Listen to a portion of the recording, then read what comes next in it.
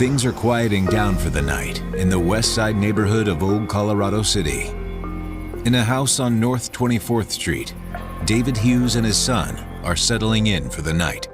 Dave Hughes and his son are at home. Can I watch the show, Dad? Please, I want to record it. There's a rock concert getting ready to come on TV, and his son's pretty excited. Not into rock music. My wife and I are very much into classical music. All right, simmer down now. We can watch it. Yes!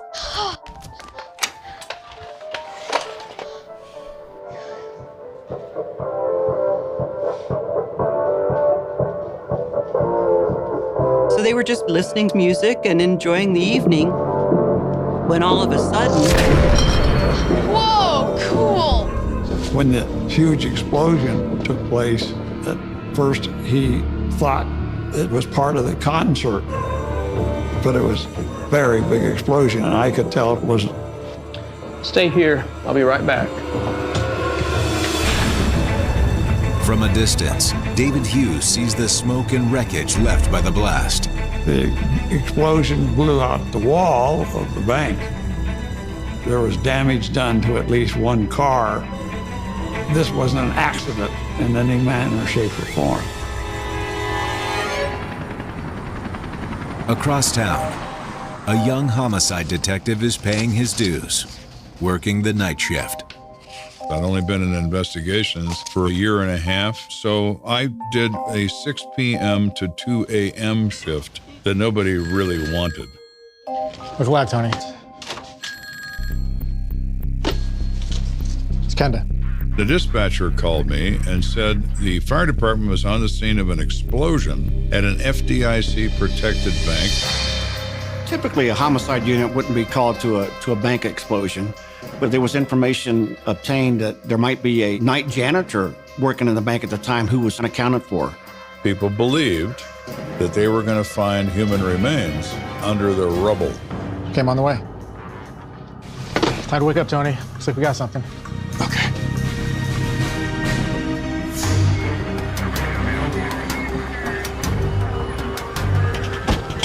When we got to the scene, barricades had been set up by the police department to keep onlookers away from explosive remains.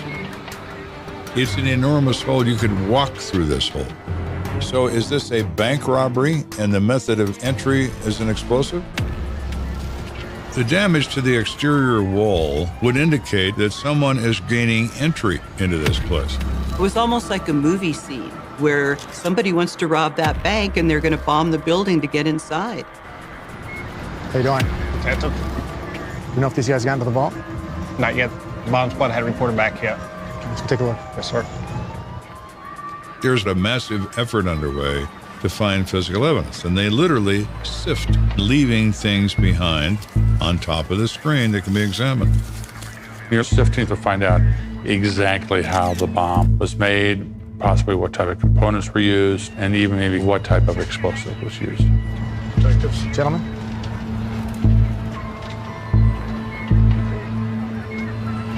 You know if there's any victims yet? Not yet. The branch manager says the custodian works every other weekend. Doesn't know if he's working this weekend or not. All right, talk to the bank manager, get the custodian's home address. Let's send someone over. Maybe he made it home before this thing went off. Yes, sir. While the other officers try and track down the missing janitor, Kenda moves in to learn more about the explosion. You smell that? There was a very acrid chemical smell, in fact, even irritating to your eyes. It's dynamite. Nothing else in the world smells like that. They could immediately tell from the odor in the air that this was a commercial explosive, i.e. dynamite. Military ordnance has a different odor. So it wasn't stolen from Fort Peterson or Fort Carson? Definitely not.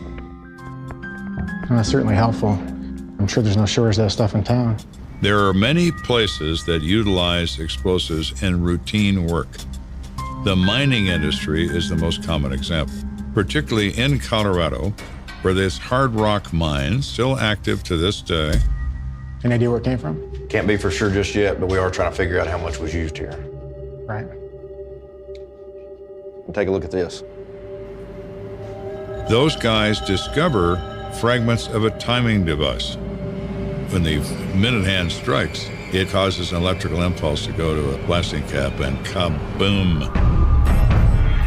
The only reason for a timing device is to allow escape for the bomber.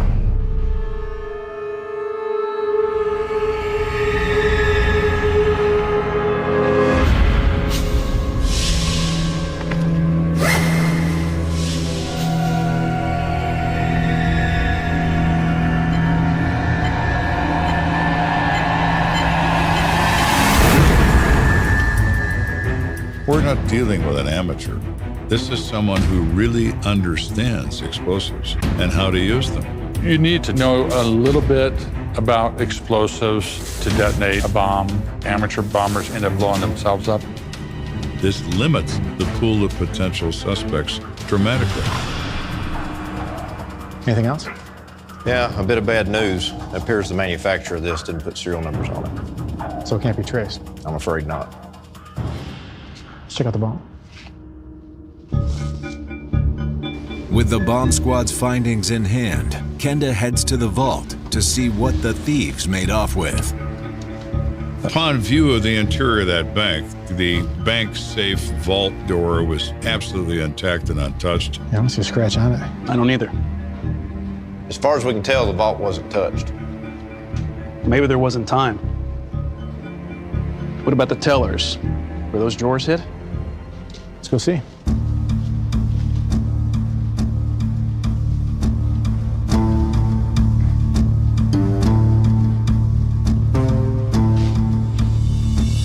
There's money right out in full view. I mean, who wouldn't have grabbed that?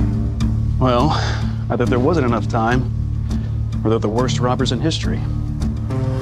None of the registers had been tampered with. It didn't look like robbery was a motive. Wait a minute. Maybe we're barking up the wrong tree. If you're going to blow up a bank and you don't intend to rob it, what is the purpose of your effort? One potential answer to that question sends chills down everyone's spine. Back in the late 70s, there was some terrorism acts going on. There were certainly incidents involving the use of explosives by terrorist groups. They were domestic in nature. They were relatively small. Their thing was anarchy and, capitalism is evil. So you're wondering then, is this what's going on here in Colorado Springs? We're being attacked by a fanatical group that's out to bomb our national banks? There's an awful lot of military around here. Colorado Springs would be a prime target for some of the political agenda. We all started looking at each other like, what if this is just the first one? At this point, the threat level is very high. If we're looking at terrorism, is there other potential targets? We have to be on heightened senses of alert here to find out what's going on. CSPD sends emergency surveillance units to major landmarks in the city to keep watch throughout the night. Can you see radio? Yeah. So we start checking calls for service in the general part of the city. Dispatch, has there been any calls of note on the west side tonight? Units are searching for 3 men who robbed a grocery store at gunpoint, 8 blocks northwest of your location. 8 blocks? Dispatch, what time was this robbery? The panic button was triggered at 9:06 p.m. That's 7 minutes after the bank explosion. Yeah.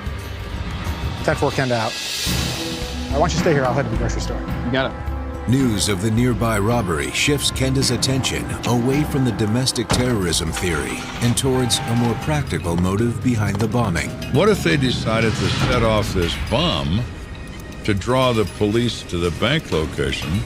This could be a diversionary tactic so that these individuals could rob the store and not be worried about an immediate police presence. If that is true, it absolutely worked, because every police officer on the west side was at that bank. Is this just a coincidence? I don't believe in coincidences.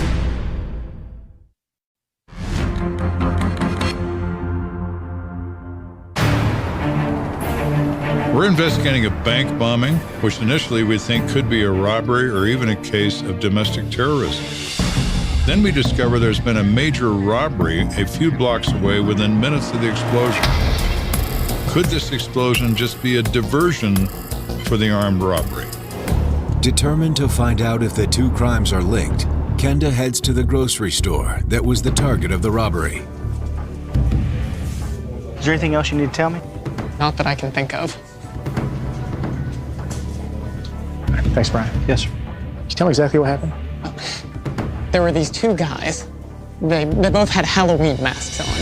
Good evening. How are you today? Doing great. How are you? Very well. Is that everything for you today? Everybody get the down!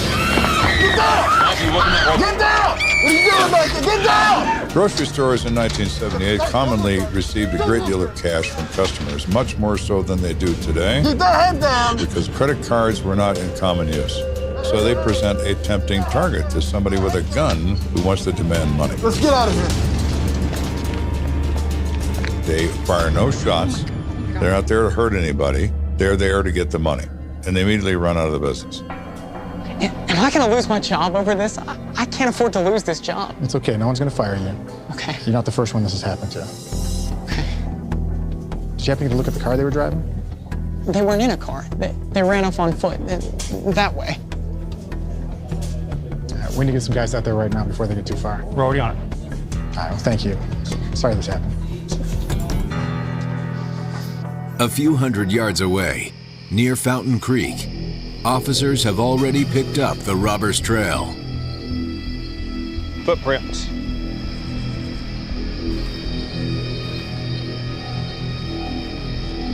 As investigators follow the footprints, Damn it. they actually end up walking right into the creek. Now, this is not a very deep creek, so it was obvious that whoever had left these footprints probably entered the creek, came out the other side, Highway 24. It would have been easy to have a getaway vehicle parked right there, and that's probably what happened. Yeah, this is Thompson. We found some footprints, but we lost them. 10-4. Thompson, make sure you check in with headquarters before you leave the area. No sign detected. I'm going to head back to the bank. Thank you. We find no one. And in addition, the clerk is of little use in terms of his witness information. This work can be very frustrating. Most of the time, nothing works out. Particularly it's the middle of the night, you're tired, you want to go home, but here we are. That's what we do for a living. Back at the bank, Kenda receives some much-needed good news. We just got word. They've located the custodian. We can now confirm that there were no casualties in that explosion. Well, that's a good thing. That's not the only positive development. The FBI has joined CSPD in the investigation. Hey, Joe. Hey. Good to see you again. Yeah, likewise. This is an FDIC-protected national bank. A crime against the bank is a federal offense. This is now a federal investigation. The special agent in charge of this particular case is a Sam Norrie. What about the grocery store? The robbery there? A few minutes after this? I mean, what are the odds? Yeah, I agree. We're also kicking around the idea that it might be domestic terrorism, like the Weather Underground. But it's been over 3 hours since the explosion. Nobody's gotten any calls. The hallmark of a terrorist event is claim of responsibility. They'll contact the press in the middle of the night so they get their message out there. Is there anything I can do to help you guys out? As a matter of fact, would you mind taking statements from all these rubberneckers? They might know something we don't. Absolutely. Back in 1978, the FBI had just a local field office here with a couple of agents. Because of their manpower shortage, they sometimes would request the assistance of, like the Colorado Springs Police Department. So we see if there's anybody that saw a car, anybody that saw an individual running past, anyone that might have some knowledge of the explosion. Did you happen to notice anything unusual? Any people, vehicles leaving the scene? Well, I heard it. I think it was guys from out there. From where? There are always people wandering around loose who perhaps shouldn't be allowed to wander around loose, who want to tell you that they think it was the Martians, and they probably have some sort of death ray that acts like an explosive. Area 51? Roswell? Oh, they're not happy with us, man. And you're standing there going, right, well, I didn't think about that. We'll definitely look into that. Be careful. The trouble with opening the door to the general public is the general public tends to walk through it. But not everyone the CSPD interviews offers up a half-baked conspiracy.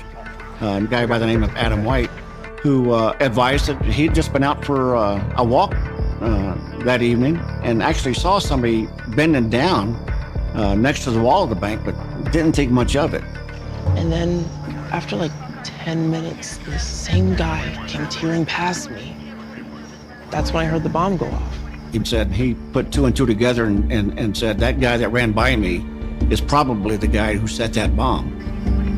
Did you happen to get a good look at this guy? Oh yeah, he had a face you'd never forget. Here is the magic bullet. Mr. Adam White saw this guy, passed him within 2 feet of him. We are ecstatic. Do you mind coming down to the station talking to our sketch artist? Police bring in a sketch artist, and over the next half hour, he works with Adam White to create a composite portrait of the suspect. No, man. His eyes were bigger. Bigger than that? Like, big.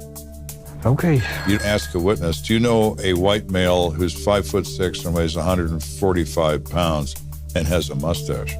Well, yes, I know 14 guys like that. A drawing is much more effective. Hey, detective. You might want to come look at this.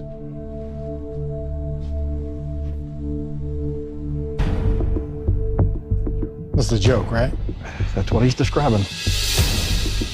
This is a drawing of the strangest individual I've ever seen. How could anyone look like this?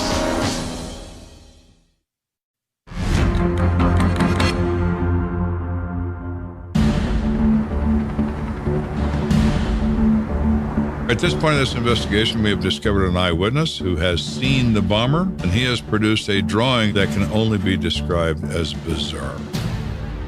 I'm looking at this thinking we thought we had the witness of a lifetime, and look at this. And I'm not sure exactly how to say this, but how accurate is this sketch? That's exactly what he looked like. And you're sure? That's the guy, man. It looks like our suspect is somebody that just came out of a sci-fi movie. There you go. What the hell is that? That, my friend, is your bomber. I said, I think he's from Mars. What do you think? Maybe the first wingnut witness we came up with was right. He is from outer space. Hey, Carl. Why don't you some of the guys circulate these around the neighborhood so you can't remember someone who looks like that? Yeah, I know. Just do it. Yes, sir. On the upside, this drawing is so distinctive that if anyone has seen this suspect, they're going to remember it from this drawing. You ever seen this guy before? I didn't really see anything. We canvass the neighborhood, but we come up empty. No one has seen our strange-looking person in our drawing on the night of the bank bombing or on any other night. Our drawing is comically worthless. Unable to ID a possible suspect, Kenda and the feds regroup in the morning to plot a new course. So we have a robbery and we have an explosion. We had a meeting with the FBI and our guys. We started kicking around ideas. Your first thoughts are, this could be a group of guys that have robbed other stores. They're probably drug addicts or whatnot, need money. If this robbery was successful, they'll probably try again. Well, my first post in investigations was in the robbery unit. And we usually found these stick-up guys that have some sort of a pattern because they're lazy. You said that the clerk mentioned they were wearing Halloween masks, right? Mm-hmm. If they found this to be successful, they may do this again and wear the same masks. I think it's worth doing some digging around, seeing if there's been any similar robberies in the area. We'll run it through Rimmon as soon as I get a chance. Okay, guys, let's get to work. That afternoon, Kenda scours the Rimmon database for armed robberies with a similar MO. Rimmon's Rocky Mountain Information Network, which gathers information from all the local law enforcement agencies and charts different types of crimes, what's going on. It was computer-driven, even in 1978. This was state-of-the-art technology. Well, that was easy. We determined in a very short period of time, same guys, same Halloween masks, up and down the Front Range, robbing grocery stores in the same way. Yeah, this is Kenda. I think I might have found the guys at your grocery store. What makes you so sure? Same Halloween masks. Same MO. So do these guys typically create a diversion? Blow something up or whatever? Well, No, that's the one problem. The striking fact is there was no diversionary incident in any one of those other robberies. No explosion, no car fire, no other event of any kind. That, to us, was significant. So you're thinking these guys who did the robbery are not the same guys who blew up the bank? Strange as it may sound, yes. So even though we don't believe in coincidences, we may have encountered one here. A few hours later, authorities in Denver confirm that the bank job and the grocery store heist were, in fact, unrelated. You guys a little old for trick-or-treating? Denver PD calls because they monitor Rimmon as well, and they say, hey, we got him. You guys have been busy. We have him under arrest. It's the guys. They got the Halloween mask, got the guns, everything. Hey, Blake, didn't Colorado Springs send out a bulletin about masked guys bombing banks? That's right. Can you tell me anything about the bank bombing? All right. The result says we're robbers. We don't think about that. What's more, the explosion that demolished the west wall of the bank came from a bomb with a timed detonator, something only an expert could build. They're a group of morons. They're not smart enough to organize a trip to the bathroom. They wouldn't know how to build a bomb if you give them the directions. All right, I'll see you. When we report to Nuri that it's not them, absolutely not them, he said, okay, well, that's out, but now we got another thing. Could you go over to this railroad trestle where we've got some guys? Okay. They found 104 sticks of dynamite. Really? In a container under the railroad bridge at this location. Wow, okay. I'll head over there. This added a new twist to the story. The fact that the bomb at the bank was dynamite, it just made the case stranger and stranger. Were they going to blow up the train?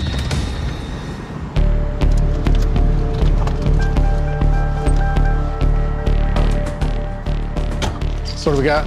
Well, somebody walking by actually spotted it, called it in. It's just a box, though. There's no detonator. So dynamite on a railroad, isn't that ATF's jurisdiction? Yep, actually it is. They'll be here any minute. We're all excited that maybe this is connected in some way. But the ATF quickly determines this dynamite and the dynamite used at the bank are not the same. Sticks of dynamite used in that explosion had nothing written on them, no emblems or any information. This dynamite had manufacturer's information printed on the sticks.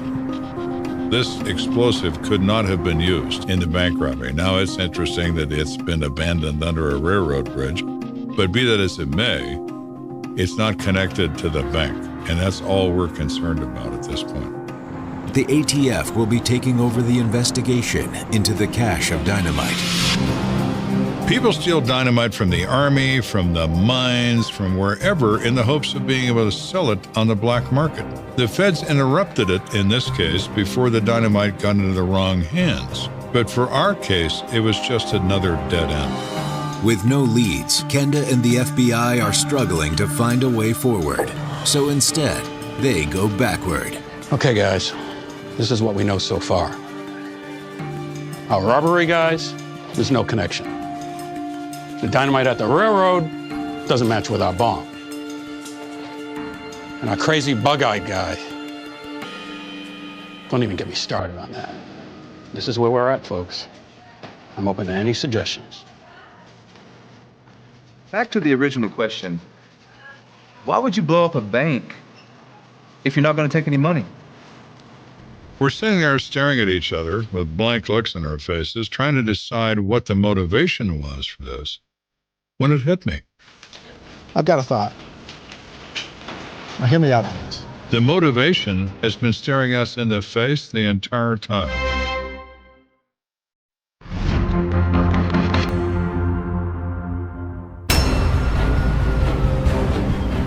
At this point in the investigation, we've been sort of tunnel visioned, but now we come up with a new theory. Now hear me out on this. Nobody died in the explosion, right? Or maybe that's not a coincidence. And we've got a custodian that works every single night, except for one Saturday every 2 weeks. We've got a very careful bomber. Maybe he wasn't trying to hurt anyone. Maybe the bank was the intended target. Our man has a motive. And the motive is revenge. I think when you start looking at people that feel they were wronged by the bank. Now, who could that be? Banks always have a list of enemies because they're in the money business. And money makes emotions run high. This could be a long list. I know a lot of people pissed off their bank. That's true. But we only need to find the one individual who's angry enough to blow up this bank. And Kenda, you and you guys up for a little more legwork? Absolutely.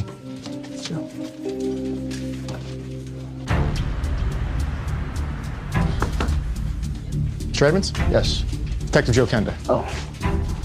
Nice to meet you. Please. So we speak to the bank manager, and he comes up with quite a few people, some of whom appear to be, on the surface, quite interesting. Scott Andrews. Who's that? Well, he used to work for the bank. He was a short-term teller at the bank who was fired for being inefficient and being sort of a difficult person for the other employees to get along with. He actually had to be physically removed from the bank. We're gonna have to let you go. Why?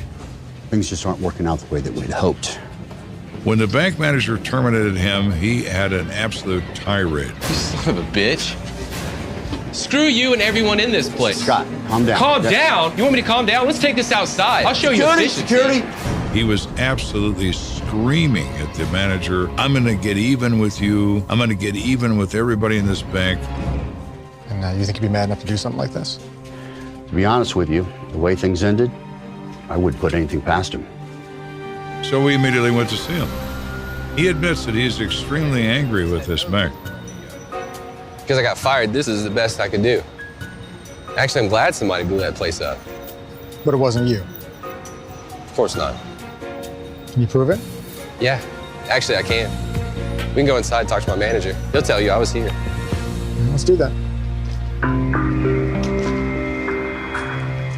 The manager confirms Scott Andrews' alibi. Mr. Andrews was working the night shift where they do cleanup work and get ready for the next day's business, and in front of several coworkers. With Scott Andrews cleared as a suspect, Kenda wonders. Perhaps the bomber wasn't a pissed-off employee, but a disgruntled customer. Are there customers you can think of that might be capable of something like this? Banks are sort of loved and hated by people. On the one hand, you go there to borrow money or to, have a savings account or whatever. But on the other hand, if you run into some financial problems and the bank comes after you, there could really be a lot of animosity. Richard Jenkins. Okay. Got a loan from us for a boat, a big boat. Not long after, it was destroyed in a fire. And then he stopped paying on the loan. Well, the bank called the note. We want the money. Mr. Jenkins said, I don't have the boat. Well, that's not our problem, Mr. Jenkins. You have the money, and we want you to repay it. Well, I'm not going to do that. Then he wrote us a letter. What's it say? That we are the devil's institution, and if he were that type of guy, and I quote, he would blow this place to smithereens. Well, now, Mr. Jenkins, how interesting you would say that, because that's what somebody did. Later that afternoon, Kenda and an FBI agent pay a surprise visit to Richard Jenkins. Mr. Jenkins. Yes. Now, this bombing is all over the news. So Mr. Jenkins has a knowing look on his face. This has something to do with the bank bombing, right? Correct. And the letter I wrote to the bank? Correct again. I said, before you say anything else, we'd like to advise you of your rights. Do you understand these rights that I've spoken to you? Yes. And you're willing to talk to us about the letter? Yes. He was very cooperative, almost as if he was resigned to being talked to. Initially, that kind of piqued our interest. Okay. Listen, when I wrote that letter, I was just blowing off some steam. Some pretty strong words. You don't understand. They're threatening to take my house away. They claimed I owed money on some boat I didn't even have anymore. He still doesn't understand. He believes because the boat is gone, the loan is gone. He doesn't get it. You understand how this looks, don't you, Richard? Look, I wasn't anywhere near the bank when it blew up. I was having drinks with my wife at this bar we go to. Everyone there knows me, they'll tell you. He gave us a lot of information, the waiter's name, the bartender's name. So we'd make phone calls to verify the story, and it checks out. Mr. Jenkins, we confirm, is in fact in this restaurant bar with his wife, talking to the bartender, with a waiter, and so on until well past the time this bombing took place. Well, Mr. Jenkins, sorry to bother you. As promising as Mr. Jenkins was, he becomes another wisp of smoke. Tell the people at the bank I'll be paying their filthy money. Fine. We recommend that you do it, Mr. Jenkins. Have a pleasant afternoon.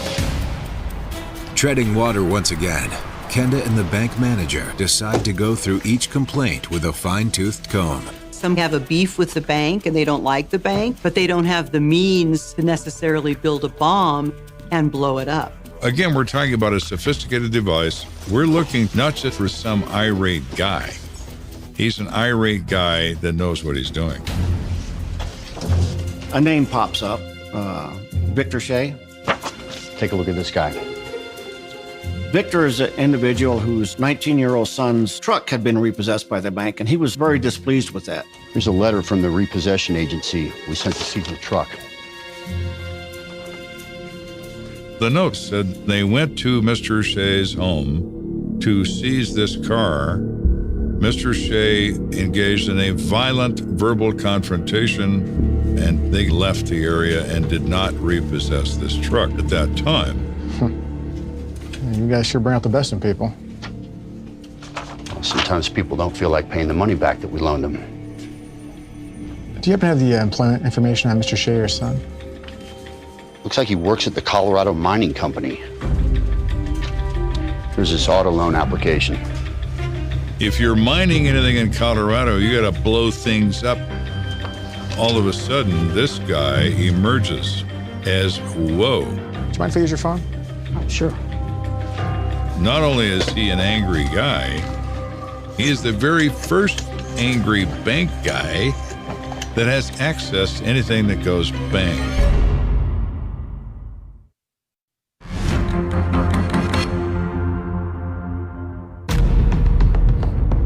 Victor Shea works for a mining company in Cripple Creek, Colorado. They've been around for well over 100 years. They've bought enough explosives over that period of time to blow up the entire state of Colorado. In the 1970s, mining companies didn't keep detailed records about their stockpiles. Kenda knows it wouldn't be hard for an employee to make off with small amounts of explosives. They maintain what is referred to as a quantity inventory, which in reality is the pile looks as big today as it did yesterday. They don't pay any attention to it. So an employee of a company who uses explosives knows what explosives are used, how much is used in any particular day. He could steal 2 or 3 sticks at a time and not worried about being caught. But it's not just Victor Shea's access to explosives that makes him the prime suspect. It's his recent run-in with the bank that was blown up. If you find someone who is upset with the bank, works for a mining company, you sort of put 2 and 2 together. Piecing this theory together, police reach out to the repo man who had the run-in with Victor and his son. This was a truck that had been purchased by Johnny Shea, who is Victor Shea's son, with a loan he had gotten from the bank, and he had stopped making payments on the loan, and therefore the repossession company was instructed to go recover the truck.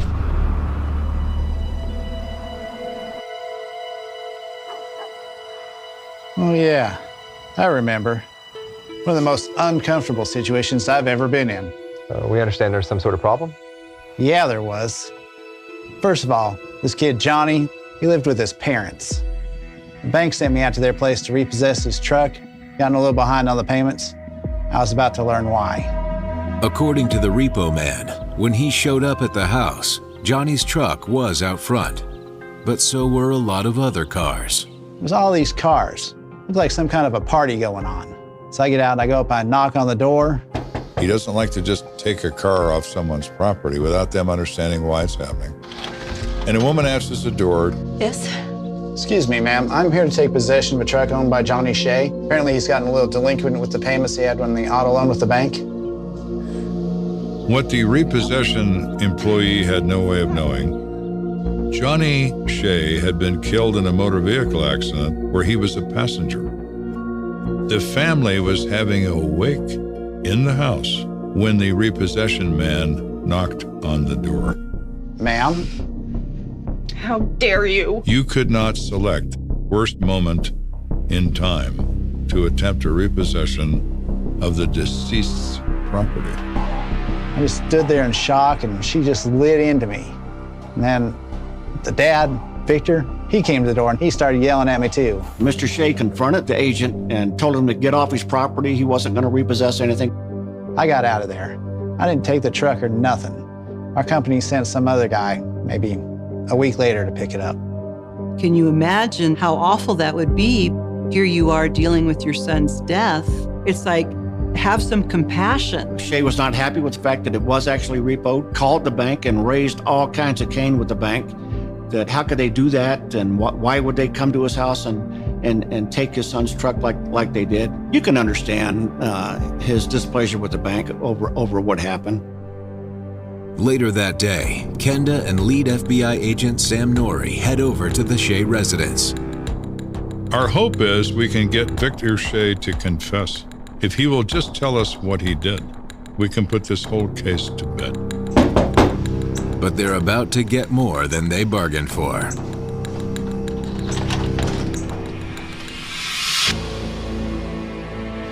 When he answered the door, we just stared at him. We couldn't say a word. Can I help you? He was that drawing. Hello? His eyes were. All this while, we've dismissed that drawing as meaningless. And here he is in the flesh. We're with the FBI and the CSPD. We need to speak with you about an incident that occurred at your bank recently. He immediately dropped his head and said, "I knew you'd be coming for me." Well, okay. What's going on? Honey, it's... Victor, why don't you say your goodbyes to your wife? Wait, goodbye? What did you do? Vic. We allowed him to say goodbye to his wife. We explained to her that the FBI has jurisdiction, that he'll be arraigned in front of a federal judge, and the agents will remain in contact with her to tell her the process. No. Victor. It was a horrible thing all the way around. No one really wanted to be part of this. I'm very sorry. We didn't handcuff him or anything. We didn't think it was necessary. And the FBI put him in their car, and we never saw him again. What you did was wrong, but every one of us here feels for you. There is no greater pain than the loss of a loved one. That pain can only be increased by the fact of you having to bury a child. They're supposed to bury you, not the other way around. Are you sure you don't want to make a statement? I'm gonna need a lawyer. All right, Victor. Have it your way. The FBI informed me that they tried to interrogate him and he remained silent. The truth be known, I'm sure that the repossession guy showing up took the sadness and pain away from him. He didn't know? And directed it into white-hot rage against the bank. I am certain that he assumed the bank knew exactly what was going on in his house, which they did not, and he therefore believed that they deserved what they were going to get. Revenge is as old as time. When people feel wronged, they want to feel right. You've given them pain. They would like to return the favor. He thought blowing up their bank and costing them many, many thousands of dollars would draw the chalkboard even somehow. When he decided that he was going to blow up the bank, he knew that he couldn't be taking a large amount of dynamite out of his workplace all at once.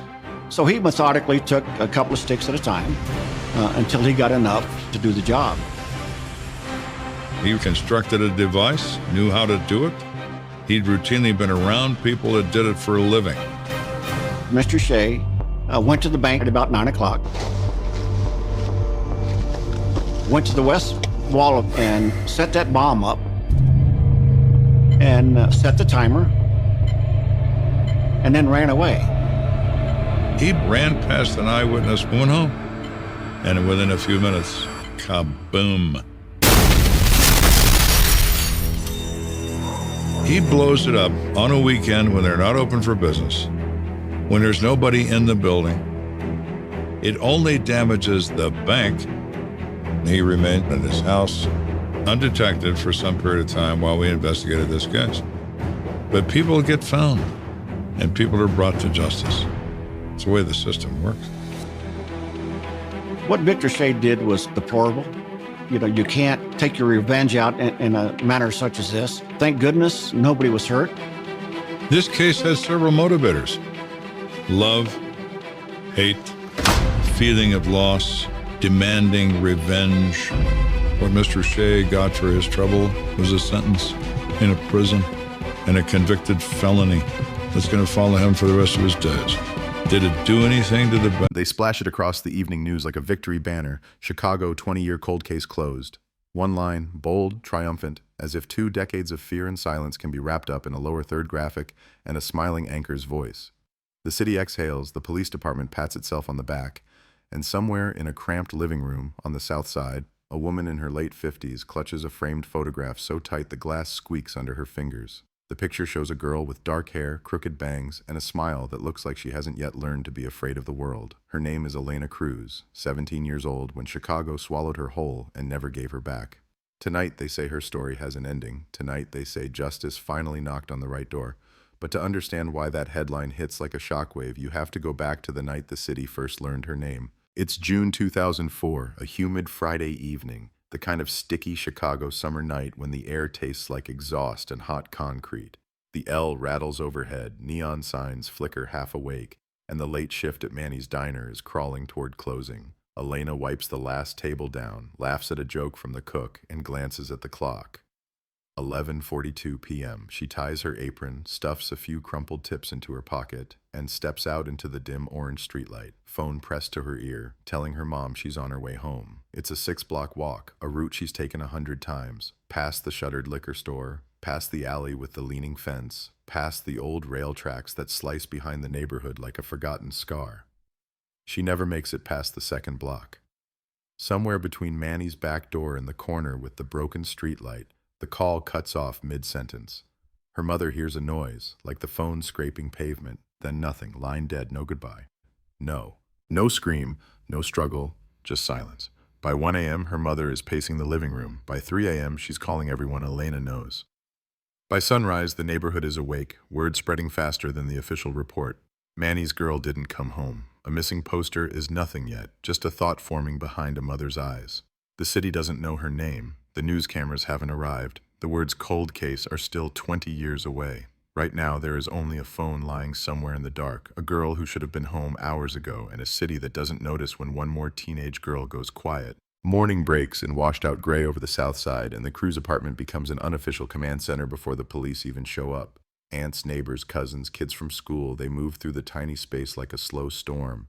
Someone makes coffee, no one drinks. Someone suggests maybe Elena stayed over at a friend's house. Her mother just shakes her head, eyes wide, focus locked on the front door like she can pull her daughter back through it by will alone.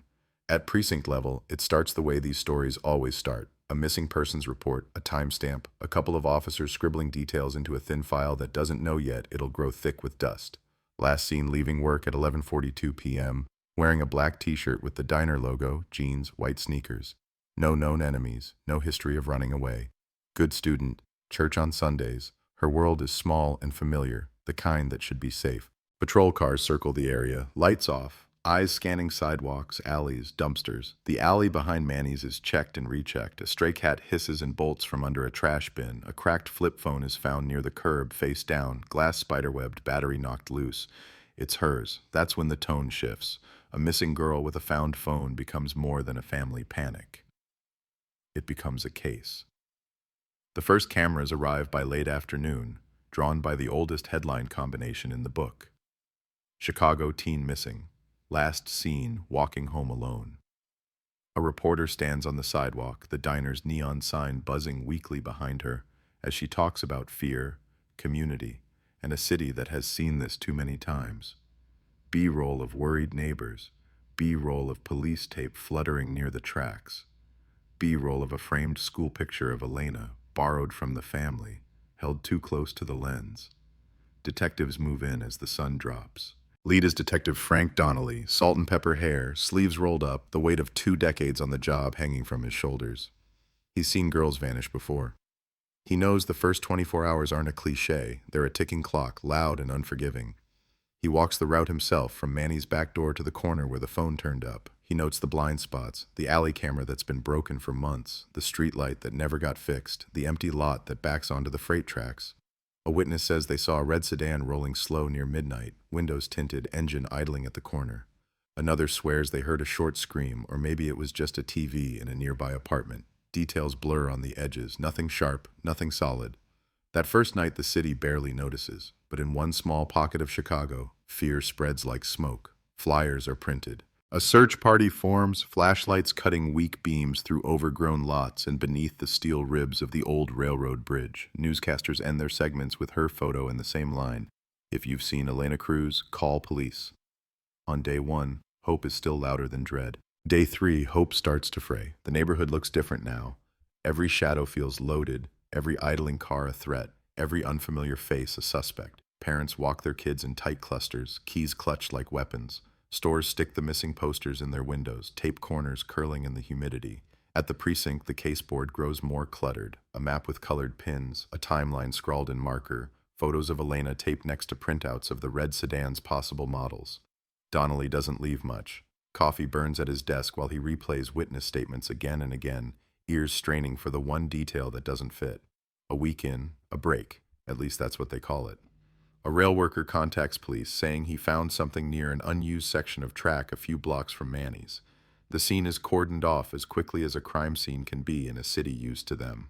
Reporters swarm the yellow tape. Above them, the skeleton of the rail bridge looms like a rusted spine against the sky. In the gravel near the tracks, buried in weeds and broken glass, officers find a sneaker. White, dirt-stained, laces snapped. The same model her mother described on the report. A few feet away, a small silver St. Christopher medal glints in the sun, chain torn. Her mother recognizes both immediately. The medal was a gift for her 16th birthday, a tiny guardian for a girl who walked home late too many nights. They don't find a body, no blood large enough to tell a story. Just scattered belongings, as if the earth itself swallowed her and spat out what it couldn't digest. Forensics sweep the area, bagging cigarette butts, fibers, footprints half-stamped into the gravel. Nothing screams out a name, nothing points to a face. For the cameras, the story sharpens. Chicago teen vanished, belongings found near abandoned rail tracks. For the family, the story rots. No body means no funeral, no proof of death, no proof of life, just a girl suspended between. Rumors bloom faster than official updates. Some say a trucker took her, vanished down the interstate. Others whisper about a man who's been seen watching girls at the bus stop, always from the same corner, always with the same empty stare. Late-night calls bring anonymous voices claiming to have seen Elena in other cities, at gas stations, in malls, wandering dazed or forced into cars. The leads die as quickly as they appear. Donnelly chases them all anyway, each dead end tightening something in his chest. Weeks flatten into months. The news cycle shifts. The posters in store windows fade and peel, replaced by sale signs and new missing faces.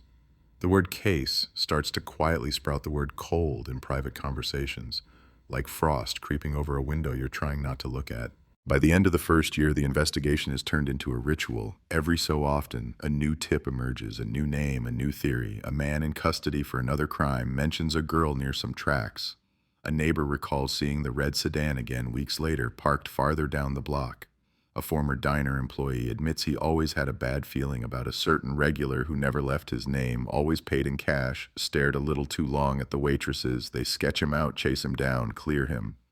The case file thickens with possibilities that go nowhere. Donnelly's office wall holds a single photograph of Elena, printed larger than the others. In it, she's mid-laugh, someone off camera saying something that made her forget to pose. It's not the school portrait the news used. It's messier, realer. It's the girl he's looking for, not the symbol the city briefly obsessed over. Inside her home, the Cruz family is frozen in a strange, permanent present. Her room remains mostly untouched. Her bed is made but not too perfectly, as if she might drop her backpack and collapse into it at any time. Her mother avoids walking past the door at night. On anniversaries, candles gather like a vigil on the kitchen table, framed photos surrounded by wilted flowers and whispered prayers. The detectives cycle through fresh ideas and new specialists, but the board in the squad room doesn't change much. Red string, pins, maps, it's a language of patterns, and in Elena's case, the language remains stubbornly mute. 5 years pass, then 10. The city changes. New condos creep closer to the old tracks. The diner gets a new sign, then a new owner. Kids grow up and move away. The memory of a missing girl becomes one more story parents tell their teenagers. Don't walk alone, don't stay out late, don't think bad things only happen on the news. For Donnelly, every time a new case lands on his desk, he feels the quiet weight of Elena's file underneath it, like a ghost pressing up from the bottom of a stack. He visits the Cruz family less as the years pass, not because he's forgotten, but because he hasn't. Each visit brings the same questions, the same hopeful eyes, the same quiet, aching disappointment when he leaves with nothing new to say. In 2019, after a long career and more unsolved files than he cares to count, Frank Donnelly retires. He takes home his box of plaques, a drawer's worth of paperwork he was allowed to keep, and the photo of the laughing girl. The file itself stays behind, cardboard edges worn, a number stamped on its tab. It moves from an active shelf to a deeper one, then eventually to the cold case unit, where dust is just another layer of silence. This is how a living, breathing teenager becomes a phrase. The Elena Cruz case. This is how a family's nightmare becomes a statistic. This is how a city learns to say unsolved like it's a period, not a question mark. In a windowless room buried deep inside the department, the air smells like old paper and dry dust, and metal shelves rise on both sides like narrow, silent gravestones. Each cardboard box has a name, a date, a crime that never reached the neatness of a closing report. One of those boxes is stamped with a fading label. Cruz, Elena, 2004. The ink has bled a little with time, but the letters are still there, stubborn, refusing to disappear. Detective Maya Chen drags a steel ladder across the concrete, climbs 2 steps, and slides the box off the shelf. It's heavier than she expects. Cold cases usually are. The weight isn't in the paper, it's in the years pressed between the pages, the lives that never moved forward, the questions that never got answers. She carries it to the narrow table beneath a humming fluorescent light and flips the lid with a careful, almost respectful motion, like she's opening a coffin. Inside, Elena's life has been reduced to files, photographs, evidence bags sealed with brittle tape. A school picture with her crooked bangs and wide, bright eyes. A photocopy of her last paycheck from Manny's diner. Maps of the neighborhood marked with neon pink and yellow pins that have since fallen out and rattle loose in the bottom of the box. Interview transcripts with the Cruz family, neighbors, co-workers, witnesses who thought they saw something, and witnesses who are sure they didn't. On top, clipped to a cardboard backing, sits a handwritten summary in thick black ink, old-school detective handwriting, blocky, impatient. Donnelly's notes. Maya recognizes his style from other files, the way he underlined certain words twice when something bothered him. In this file, certain phrases are carved deep into the paper. Phone found, sneaker near tracks, St. Christopher pendant, red sedan, no body. She runs her finger under a line he wrote in the margin 15 years ago. Feels wrong, feels unfinished. He didn't know how right he was. Unfinished is all it ever became. Time has changed the tools, but not the questions. Back when Elena disappeared, DNA profiling existed, but databases were smaller, rules narrower, the science more expensive, slower, less ambitious. Cigarette butts found near the tracks were logged, bagged, and tested, then filed away as unknown male profile, no match in system. Partial prints lifted from the St. Christopher pendant belonged to Elena and several unidentified others, smudged, overlapping, useless back then. Footprints in the gravel were photographed and measured, then washed away by rain. The case stalled not for lack of effort, but for lack of technology sharp enough to cut through the blur. Now, 20 years later, the department is pushing a new narrative. At press conferences, the chief stands under a row of microphones and talks about a renewed commitment to victims, about leveraging modern forensic breakthroughs, about bringing closure to families left waiting too long. Behind the speeches, budgets shift, lab contracts are signed, and the cold case unit is told to pull the ones with the best shot. Translated, it means grab the files with DNA, with physical evidence that can be run through the new genetic programs, and maybe, just maybe, score a headline. Maya isn't interested in headlines. She's interested in faces. She starts Elena's case the only way that makes sense. She reads everything. Every page, every scribbled note, every typed line from a transcribed interview. She traces the girl's last known steps, not as bullet points, but as a living route in her mind. Late shift at Manny's, phone call to her mother at 11:42 p.m. The 6-block walk home past the shuttered liquor store and the alley with the leaning fence, the dead streetlight at the corner where the phone was found. She hears the echo of that last call as if it were playing in the room. Mom, I'm on my click.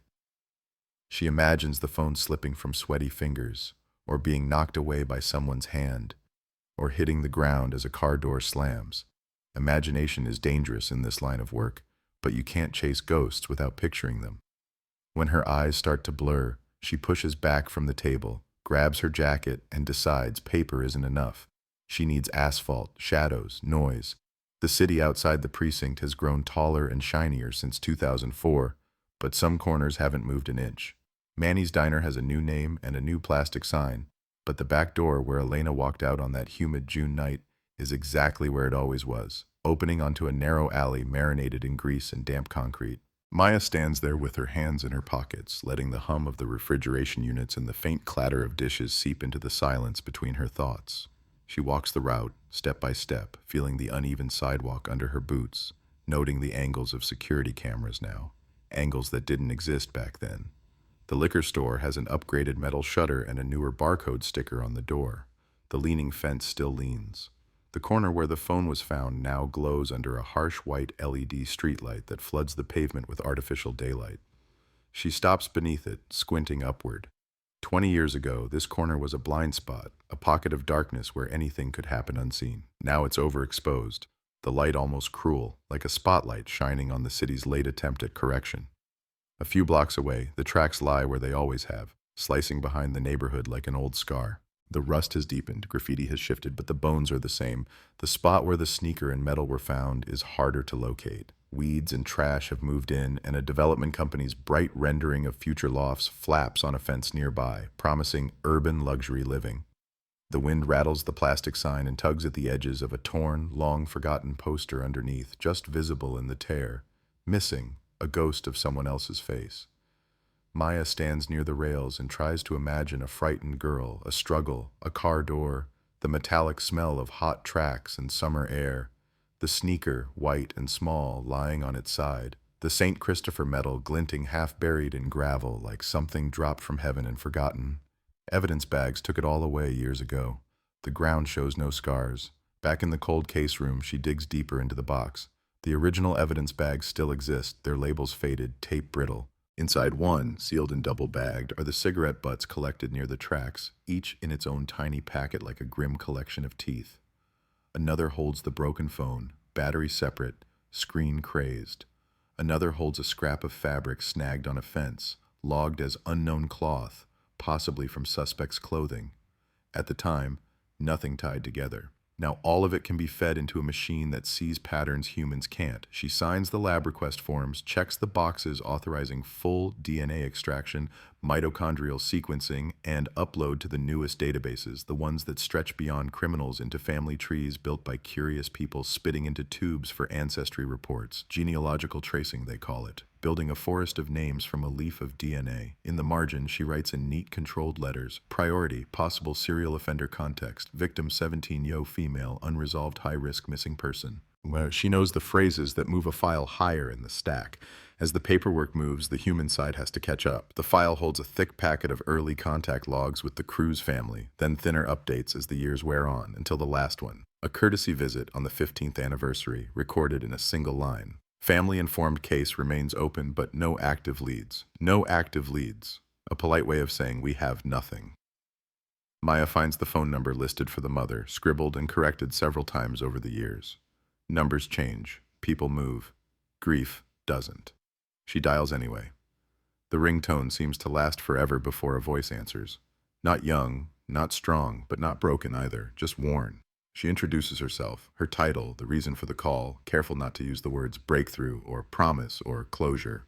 She says only that she has reopened the case with new technology, that she's re-examining every piece of evidence, that she will keep the family informed of any developments, however small. On the other end of the line, there is a silence that stretches and stretches, thick as fog. Then quietly, the mother asks a question she has asked in 100 different ways to a dozen different people over 20 years. Does this mean you found her? No, not yet. Maya answers honestly. Not yet. The word yet hangs in the air like a fragile bridge between despair and hope. Word travels faster through neighborhoods than it does through official channels. Within days, old neighbors text one another. Church circles whisper, and the phrase, "they're looking into Elena's case again," passes from porch to porch. Some are cynical. They've seen initiatives come and go. Others feel a small, sharp jolt in their chests, something dangerous and electric, maybe this time. At a family barbecue 3 blocks from Manny's, someone mentions the reopening, and an uncle stares at his beer for a long time, before muttering that he always thought it was that guy with the red car, the one who used to circle the block. At a church basement after service, an older woman who remembers seeing Elena at the grocery store once feels compelled to tell her version of events again, as if the retelling itself might shake loose a new detail. Memory is not evidence. But in cold cases, memory is often the only thing still alive. One afternoon, in a small rented house miles away, a retired man flips channels on an aging television until the local news catches his ear. A quick segment, a couple of sentences. Chicago police announce renewed efforts on several unsolved cold cases, including the 2004 disappearance of Southside teen Elena Cruz. Stock footage plays, yellow tape, a blurred school photo, a shot of the old rail yard. The retired man leans forward, remote forgotten in his hand. Donnelly recognizes the case before the anchor even finishes the sentence. He sees her picture and feels that old, familiar knot tighten under his ribs, the one he thought he left behind in his desk drawer. His name isn't mentioned, of course. Retired detectives don't feature in new initiatives, but in his worn wallet, tucked behind his driver's license, he still carries a small, creased photo of a girl laughing at something off camera. He takes it out and stares at it, listening to the anchor talk about new forensic tools and fresh eyes. Fresh eyes. His weren't enough. He wonders if someone will call him. He wonders what he would say if they did. By the time the lab confirms receipt of the evidence, the machine is already humming with other people's tragedies. There's a backlog. There's always a backlog. Maya checks the tracking status anyway, as if watching a loading bar might change its speed. In the meantime, she works the human angles again. She looks up the old red sedan lead, cross-referencing the partial plate numbers recorded in the file with motor vehicle records that have since been digitized and centralized. Back then, an officer had to make phone calls, send faxes, wait. Now, a few keystrokes produce lists of registrations, owners, addresses. Most have moved away, sold their cars, aged out of the demographic that prowls midnight streets. One name jumps out. A man who lived 2 blocks from Manny's in 2004, who owned a red sedan matching the eyewitness description, who moved out of state 3 years later after a string of minor arrests. No one ever tied him hard to the case. He was just another name in a stack. Now his record shows something new. A recent arrest in another state for assault, a swab taken, a DNA profile uploaded. Unknown male, system says. No matches yet. Not yet. That word again, sharp and thin. In the quiet of the cold case room, the cardboard box sits open, its contents rearranged, reawakened. Papers that haven't been touched in years carry the smudges of fresh fingerprints. Photographs that faded under fluorescent light have been scanned into crisp digital files. A case once spoken about in the past tense has crept almost imperceptibly into the present. Outside, the city moves on. Sirens wail for new emergencies. Fresh yellow tape flutters on new corners. Other names reach the ticker at the bottom of television screens. But in this small, windowless room, time bends. For Elena, it is still June 2004. The phone is still falling. The sneaker is still lying by the tracks. The St. Christopher medal is still catching the first light of morning. And somewhere, in a database humming on a server miles away, a strand of someone's DNA waits to be recognized, waiting for the moment when a cold sequence of letters and numbers will finally point to a living, breathing person. The question that has weighed on a family, a neighborhood, a retired detective, and now a young investigator for 20 years sharpens to a fine humming point, invisible but undeniable, not solved, not yet, but moving. The first sign that something is about to shift doesn't come with sirens or fanfare. It comes as a quiet ping in a crowded inbox, a small notification buried between memos and automated system alerts. On her second monitor, in the corner of the cold case room, a window flashes, new lab results available. For a long heartbeat, Maya doesn't move. She just stares at those words. the way a person might stare at a closed door they've waited years to see open. Then she exhales, clicks, and the cold light of the screen fills with the language of science and probability. The DNA profile extracted from one of the cigarette butts near the tracks has finally been processed and uploaded.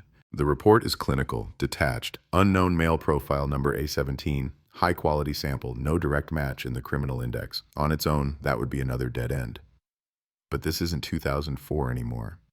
The second page is where the ground starts to shift. It lists familial associations, a sterile phrase for something almost intimate.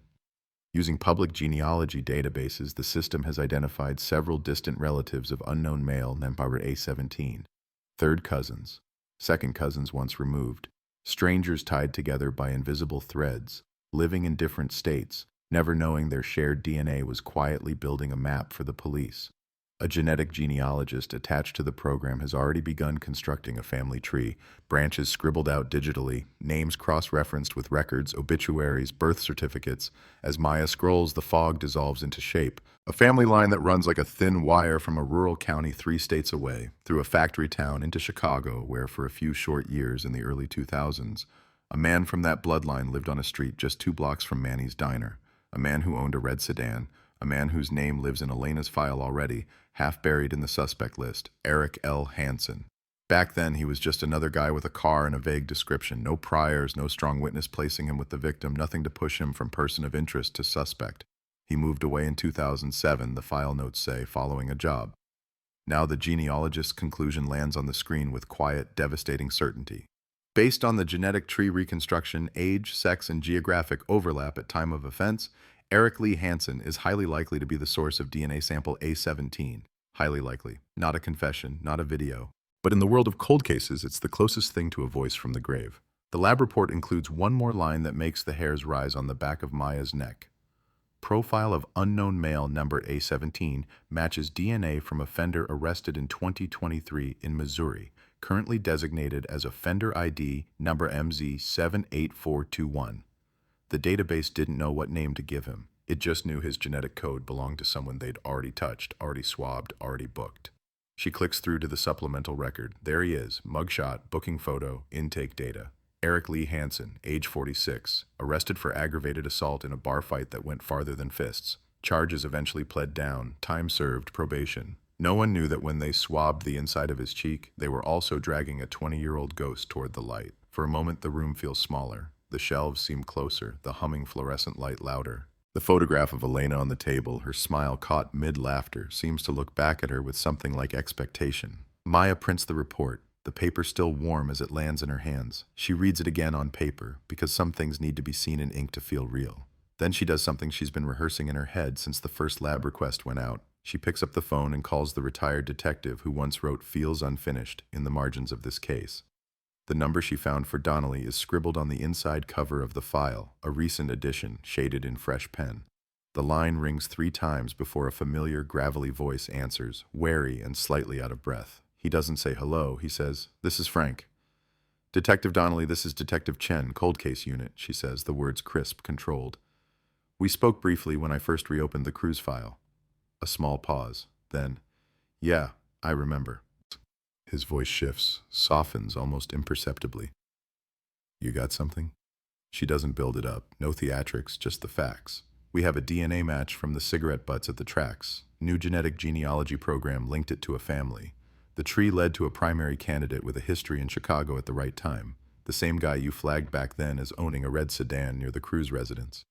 She flips a page, reads his name aloud even though she already knows it by heart. Eric Lee Hansen. On the other end of the line, silence stretches thin, drawn tight like a wire. She hears the faint crackle of an old TV in the background, the distant tick of a clock. When he speaks again, his voice is lower, like he's leaning into the phone. "Hansen," he repeats. "I remember that son of a..." He stops himself, breathes out. "We never had enough. Just a car, some weird vibes, nothing direct. You're telling me his DNA was at the tracks?" "The match is solid," she says. "Same profile as a recent arrest. The genealogist pegs him as the source with extremely high probability. He lived 2 blocks from the diner in 2004, moved out of state a few years later. No one ever followed him after that?" "We tried," Donnelly says. "He slipped, moved without forwarding anything, changed jobs, kept his nose just clean enough. A chair creaks like he's sitting down slow. You're going after him? That's the plan, she replies. But I wanted to hear anything you remembered that didn't make it into the paperwork. Impressions, little things. There's a soft, humorless chuckle. You learn fast. The important parts never fit neatly in the boxes, do they? He talks then, and the past sharpens in his voice. Hanson, mid-20s back then, lived alone in a cramped apartment, worked odd jobs, construction, deliveries, whatever paid cash. Quiet, polite on the surface, but neighbors described him as off. A woman across the hall mentioned the way he watched people coming and going, how he hung around his car late at night for no reason. One teenage boy remembered the man offering him a ride once when it was raining. Unasked, insistent. He kicked that kid's story away like it was nothing, Donnelly says, bitterness buried deep. Said he was just being neighborly. We had no proof he was anything else, no prints, no DNA tied to Elena at the time, just a bad feeling and a car too common to nail down. He's not just a feeling anymore, Maya says quietly. He's a profile in our system. She can hear the way his breath catches. Then you don't waste time. You squeeze him. Hard. The next steps move quickly on paper, slower in the gut. Maya briefs her lieutenant, lays out the report, the genealogical tree, the old notes, the updated address. Hanson now lives in a modest rental outside Springfield, Missouri. Lives alone. Works as a mechanic at a small auto shop. No wife, no kids. A record that shows brushes with the law, but nothing that screams monster at first glance. That's the thing about headlines. They love monsters with obvious fangs. Real predators often look like background characters. A small task force is assembled for the trip. 2 detectives from Chicago, plus coordination with the local sheriff's office. Officially, it's a follow-up interview regarding an old missing person case. Unofficially, everyone walking into that briefing room knows they're heading toward the potential resolution of a 20-year cold case that has haunted a family and a city. Someone says what everyone is thinking. If this pans out, it's going to be all over the news. The room hums with the possibility of that headline. Chicago 20-year cold case closed. It's the kind of phrase that makes careers, that fills press conferences, that lets departments talk about justice like it's a product they can deliver on demand. Maya listens, but her mind is already elsewhere. She's replaying the sound of Elena's mother's voice on the phone, that fragile bridge of, "Does this mean you found her?" She thinks about the weight of promising anything. She doesn't promise. She packs. Before she leaves, she makes one more call. "Mrs. Cruz," she says gently when the familiar voice answers. "This is Detective Chen. I wanted you to hear this from me." She explains there's been progress, that they've identified a possible suspect through new DNA technology, that they're traveling out of state to speak with him. She does not say solved. She does not say closure. She does say, "I believe this is the strongest lead we've ever had." There's a muffled sound, a sharp inhale, then a quiet sob that isn't quite a sob. "After all these years," her mother whispers.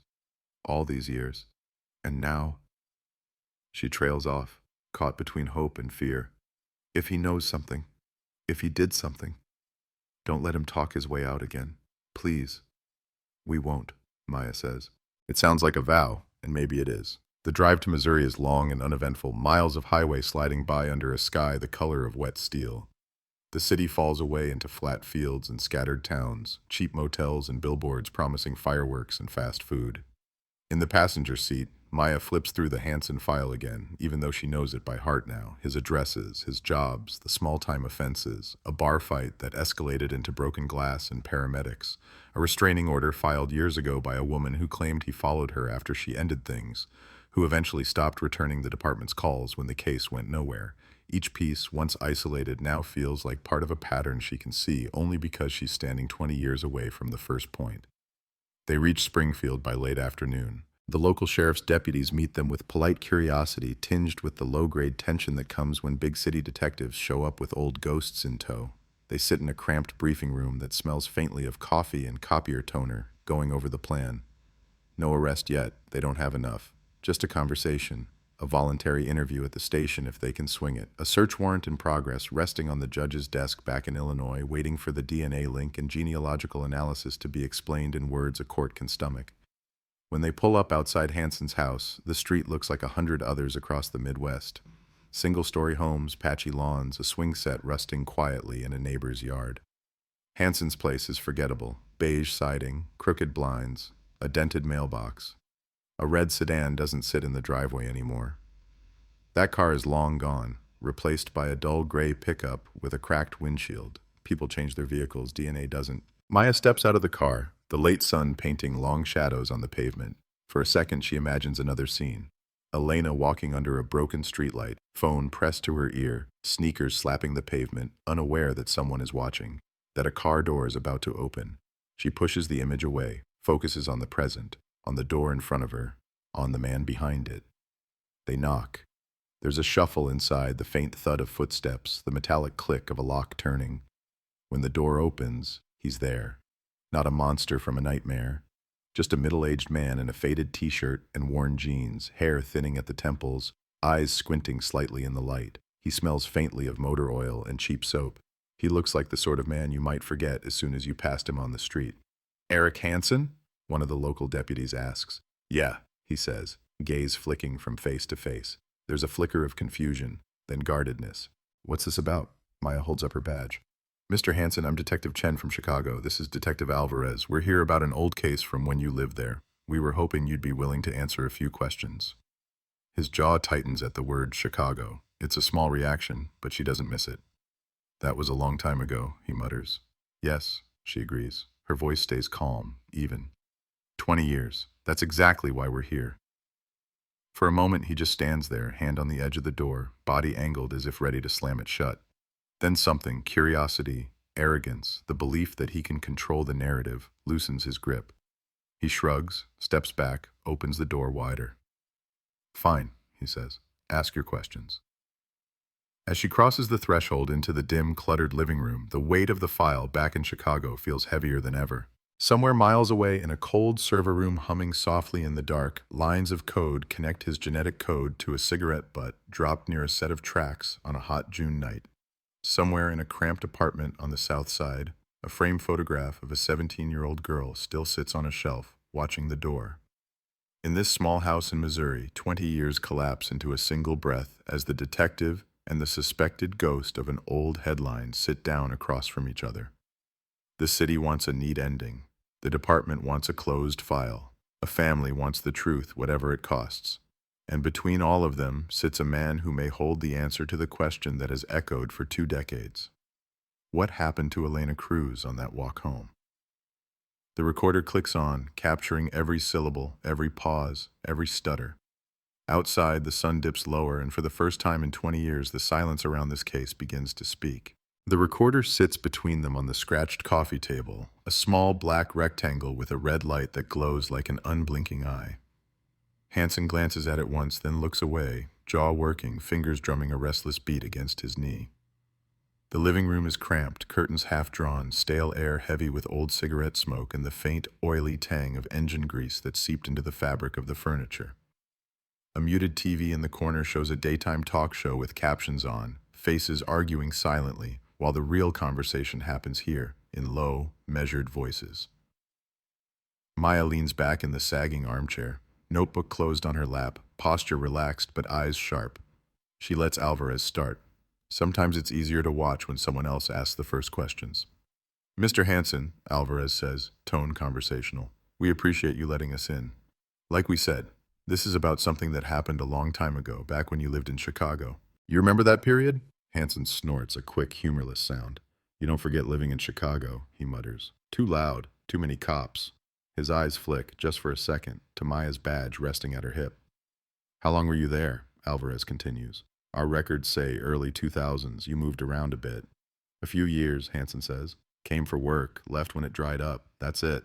He shrugs, as if that chapter of his life were a short, thin book. "Why?" Maya lets the silence breathe for a beat, then leans forward slightly. "Do you remember a place called Manny's Diner?" she asks, voice threading casual curiosity with something sharper.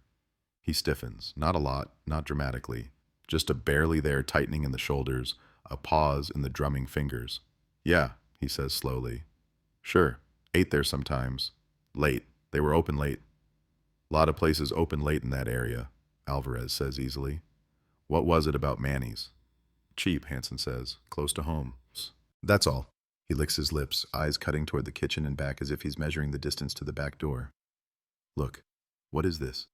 Somebody get sick from the food 20 years ago?" Maya slides a photograph across the table. The plastic sleeve catches the dim light, throwing a faint glare over the image, but the girl's face is unmistakable. Dark hair, crooked bangs, a smile that doesn't know it's about to become a permanent emblem. Do you remember her? She asks. No build-up, no explanation, just the picture and the question. He looks down. For a heartbeat, there is nothing. Then his mouth tightens, that same almost invisible flinch she noticed at the word Chicago. He picks up the photo by the corner, holds it like it might cut him. I don't think so, he says. Who is she? Elena Cruz, Maya answers. The name lands heavy in the air. 17. Worked the late shift at Manny's in 2004. Lived a few blocks from you. Went missing one night walking home. Ring any bells? His eyes linger on the photo half a second too long. Then he drops it back on the table, face down. No, he says. I don't know her. Like I told you, Chicago's a big place. Lots of people.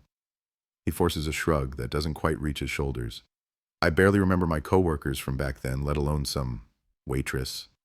But you remember Manny's, Alvarez points out gently. You remember it was cheap. You remember it was close. That's pretty specific. Guess it's stuck, Hansen says. So? Maya watches his hands. They're not drumming now. They're gripping the arms of his chair, knuckles pale. You owned a red sedan back then, she says softly. 1990s model, 4-door. Neighbors remember it. So did witnesses. Lots of people had red cars, he snaps. The easy act slips for a moment, sharpness slicing through. That's not a crime. No, she agrees. It's not. She lets her gaze rest on him, steady and unhurried. But it's interesting when you put it near a missing girl's route home, especially when more than one person remembers seeing a red sedan cruising those blocks late at night, windows up, driver watching. He laughs then, but it's brittle, too loud for the room. Watching, you hear that from some paranoid neighbor? People in cities see a car twice and suddenly it's lurking. This is stupid. Maybe, Maya says. Maybe not. She clicks her pen once, the sound sharp in the small room. Back in 2004, detectives spoke to you. You remember that? He squints as if trying to reconstruct a file he hoped was shredded. Couple cops came by, yeah, he admits. Asked questions about some missing girl. I told them I didn't know anything, because I didn't. That was the end of it. It was the end of it, she says. For a while. The red light on the recorder glows steady, catching the reflection of his shifting eyes. Outside, a truck rumbles past, its engine grinding low, the sound bleeding through the thin walls. In the distance, a dog barks twice, then stops. The world beyond this little bubble doesn't know that 20 years of unresolved fear are being pushed up against a man's front door. We're talking to you again, Alvarez says, because we've been going back through old cases with new tools. Stuff that didn't make sense then, that didn't have enough weight. Sometimes it looks different now. He folds his hands loosely on his knee. We're not here to accuse you out of thin air, Mr. Hansen. We're here because new evidence points back your way. Hansen's gaze snaps to him. What evidence? He demands. You dig up some old gossip? Some neighbor who didn't like my car? Maya lets the question hang. It's tempting to drop the word DNA like a hammer, to watch the impact in real time. But timing matters. Fear that lands too fast turns into anger, denial, silence. Fear that grows slowly has edges that cut. When Elena disappeared, she says instead, they searched around the rail tracks near her route home. They found some things, her sneaker, a necklace, some cigarette butts. Back then they tested what they could. The technology wasn't what it is now. He swallows, throat bobbing, eyes drifting to the side table where an ashtray overflows with fresh filters. His voice, when it comes, tries to sound bored and fails. And now, she says, we can do more. We ran everything again. Re-examined every scrap. Some of it gave us nothing new. She leans forward just enough that he can't pretend he isn't listening. Some of it gave us a very specific someone. He's very still now. Only his jaw moves, grinding invisible words between molars. You saying you found something of mine, he says slowly. From 20 years ago? That's not possible. But the way he says not possible contains a thin wire of something that sounds a lot like fear. The science is good, Alvarez says. Very good. Good enough that we can say whoever smoked at those tracks, near where her belongings were found, is the same person who got their cheeks swabbed in Missouri in 2023 after a certain bar fight. Same person with your name on their booking sheet. Color drains from his face, leaving a grayish cast that makes the lines around his eyes deeper. For a heartbeat, it's as if he's been unplugged. The performative irritation disappears, replaced by a raw, bare shock. Then the defenses scramble back into place, clumsy and rushed. You can't You can't prove where I was smoking, he stammers. Lots of people smoke. Cigarettes don't mean anything. I used to walk by those tracks sometimes, sure, everybody did. That doesn't mean anything happened. Maya nods. You're right, she says calmly. A cigarette doesn't prove an entire story, but it does put you in a place you never mentioned. It does tie you physically to the scene where the last trace of a missing girl was found. And it does raise a very obvious question. She meets his eyes, holds them, doesn't look away. What were you doing out there that night, Eric? His gaze skitters away, lands on the muted TV, flicks to the window, comes back to the table. I don't remember, he mutters. It was 20 years ago. You people act like I can just play back a tape. Some nights are easy to forget, she says. Some aren't. A girl vanishes. Cops knock on your door asking if you saw anything. That tends to stick. She pauses, then adds, especially if you were already nervous. Nervous, he repeats, a flash of anger returning. Nervous about what? I didn't do anything. Then help us understand, Alvarez says. Because right now, it looks like this. A 17-year-old girl disappears on a 6-block walk. You live 2 blocks away. You drive a car that matches the witness's description. Your DNA is found near the last place her belongings were seen. You move out of state a few years later and somehow manage to avoid ever mentioning that you used to smoke down by those tracks at night. He spreads his hands. You see how that looks? Hanson's breathing is louder now, chest rising and falling under the faded t-shirt. Sweat beads at his temple, catching the dim light. He swipes it away with the back of his hand, fingers trembling just enough to betray him. This is Bulls, he starts, then clamps his mouth shut, glancing at the recorder. Eric, Maya says quietly, dropping the formal tone, letting his name sink in. I'm not one of those cops from a TV show who promises you everything will be fine if you just help yourself. I'm not going to lie, this looks bad for you, very bad. But there's a difference between a monster who hunted someone and a man who was in the wrong place at the wrong time and made stupid, selfish choices. There's a difference between someone who planned this and someone who panicked. You understand what I'm saying? His eyes flick to hers, searching for a trap. What are you trying to get me to say? I'm trying to get you to tell the truth, she replies. Because right now, the only voice we have at those tracks is your DNA. And DNA doesn't talk, it just points. She taps her fingers once on the edge of the table. We can keep going like this, in your living room, with you saying you don't remember, you don't know her, you just happen to smoke in the exact place where her things turned up. Or, she leans in a fraction. You can come down to the station with us, sit in a proper interview room. Let us go through everything step by step. Give yourself a chance to be heard before the story writes itself without you. He scoffs, but it's weak. So what, you drag me to some little gray room and try to make me confess to something I didn't do? You'd be coming voluntarily, Alvarez says. You're not under arrest, not right now, but you can see where this is heading. His voice loses the softness, gains steel. If you're smart, you'll get ahead of it. The word arrest hangs in the air like a distant siren, faint but getting closer. Hanson stands suddenly, the chair legs scraping harshly against the floor. For a second, Maya thinks he might bolt. Her muscles tense, ready to move, but he just paces a short line between the coffee table and the TV stand, hands on his head, fingers digging into his thinning hair. You show up here, out of nowhere, talking about something from 20 damn years ago, and now you want me to go with you like I'm some killer, he rants. I've got a job, He stops. He doesn't say family. There is no family here. Just empty beer bottles on the counter and a single pair of work boots by the door. Nobody said killer, Maya says evenly. We said we have questions you haven't answered, and right now your DNA is answering for you in ways you might not like. He stares at her, jaw flexing, eyes bright with something that isn't quite tears and isn't quite rage. What if I say no? He asks, voice low. Then we leave, she says. We go back. We finish our paperwork. We tighten the timeline. We send what we have to the DA. We talk to the judge about a warrant. We talk to your old neighbors again, your old boss, anyone who ever saw you near that girl. We tear your life in Chicago apart piece by piece, and we won't stop here either. She nods toward the pickup outside. We'll come back with a different kind of knock. Alvarez doesn't add anything. He doesn't have to. The silence after her words speaks louder than any threat. The seconds stretch.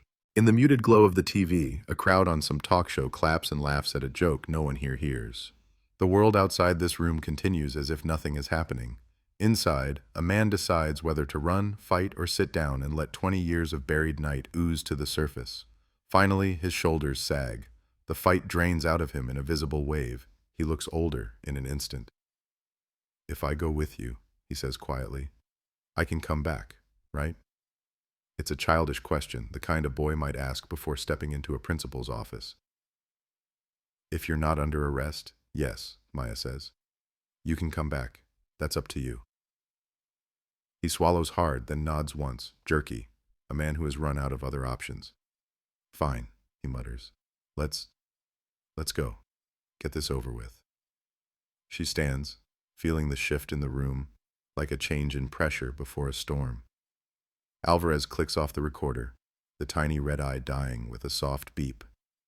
They move through the house in a slow, controlled choreography. Hansen grabs a jacket from a hook, fumbles for his keys, thinks better of it when Alvarez gives him a look.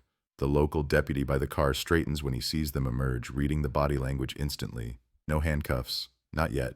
Just a man walking between two detectives, down a cracked driveway, into a world that's about to stop being safe and small and forgettable.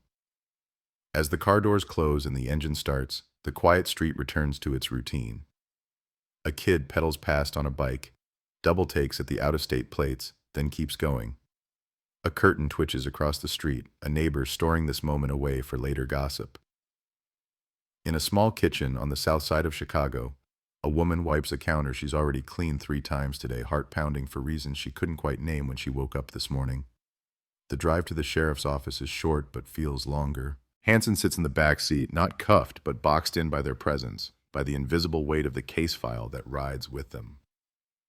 Maya watches his reflection in the rearview mirror, the tight jaw, the unfocused eyes, the way his fingers tap against his thigh in a rhythm that keeps breaking. In the interview room, a square windowless box with a table bolted to the floor and a camera staring down from the corner, everything is harder, brighter, more real. The recorder goes back on. The red light returns. Hansen sits across from them, hands clasped, knuckles raw where he's been digging his nails in. State your name for the record, Maya says, voice steady. He takes a breath, looks at the camera, and says it. Eric Lee Hansen. His own name sounds strange to him in this room, like it belongs to someone else.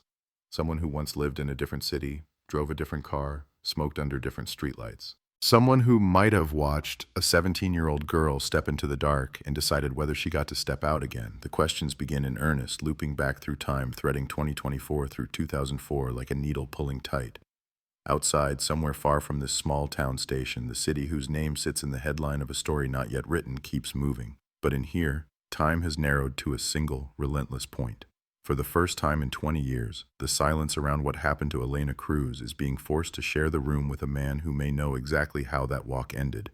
In the fluorescent hum of the interview room, time doesn't move forward. It circles. The walls are colorless, the table is scarred, the metal chairs groan under shifting weight. The air conditioner rattles once in a while, fighting a losing battle against the heat of 3 bodies and 20 years of compressed tension. The camera in the corner stares down, its steady red light reflected in the polished surface of the table, twin pinpricks like eyes that never blink. Okay, Maya says, her voice quiet but clear. We're starting at the beginning. No tricks, no jumps, just you, your memory, and the truth, you understand. Across from her, Hansen nods once, jerky. His palms are flat on the table, fingers spread as if he's bracing against a sudden impact. Yeah, he mutters, I get it. State your name again for the record, Alvarez says. The repetition is deliberate, grounding, forcing him into this moment, this room. There's no alley to disappear down, no door to shut. Eric Lee Hansen, he says, louder this time. His voice echoes faintly off the bare walls. Maya flips open a fresh notebook, though she doesn't look at it. Her eyes stay on him. You lived in Chicago from 2001 to 2007, primarily on West Archer South Side, correct? Yeah, he says, that's right. You worked construction, delivery, some shifts at a garage, odd jobs. He shrugs. I worked wherever, had to pay rent. You smoked back then, she continues. Still do. Brand hasn't changed. Marlboro Reds. He stiffens, eyes narrowing.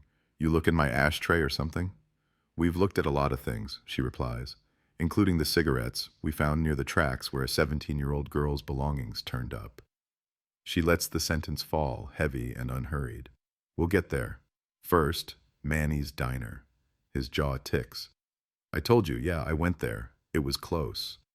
Close enough that you were a regular, Alvarez says, sliding a page across the table, an old statement from a former server, names highlighted. They remembered you. The guy who sat alone, late, ordered the same thing, didn't talk much, watched. I didn't watch anybody, he snaps. I ate, I left, that's it. Funny thing about habits, Maya says softly. People notice them even when you can't see yourself. They remember the guy who sits in the same booth at the same time, every week, staring just a little too long.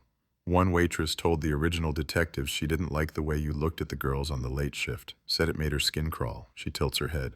You remember her? He looks down at his hands. People say all kinds of things when cops start asking. She wasn't alone, Alvarez adds. Couple of them said the same. The way you waited in your car outside after paying, the way your headlights would linger when they walked toward the bus stop or turned for home. It was my damn car, he growls. I was allowed to sit in it. No one's arguing that, Maya says. We're just painting the picture. A man, late 20s, alone in a city that doesn't know his name, spends his nights watching other people's lives from behind a windshield. You don't have to like the picture, Eric, but you don't get to pretend it's blank. He exhales hard, cheeks puffing. What does that have to do with some girl going missing? Maya's fingers rest lightly on the photograph file. She doesn't need to look. She's seen Elena's face enough. Tell us about June, she says. Summer of 2004, humid, loud, nights when you couldn't sleep. He squints as if staring backward into a bright light. It's a long time ago. Then we'll help, Alvarez says. June 11th, Friday. You worked that day, construction out by the river, got off late, around 8, came home, went out again. Manny's, that ring anything? How would you know I went out again? He challenges, a flash of defiance. You weren't there. Your neighbor was, Maya says, sliding another page forward. She remembered the sound of your engine. Used to complain it rattled her windows. She mentioned seeing your red sedan leave a little after 10, come back around 1. She told officers that in 2004. It's in the file.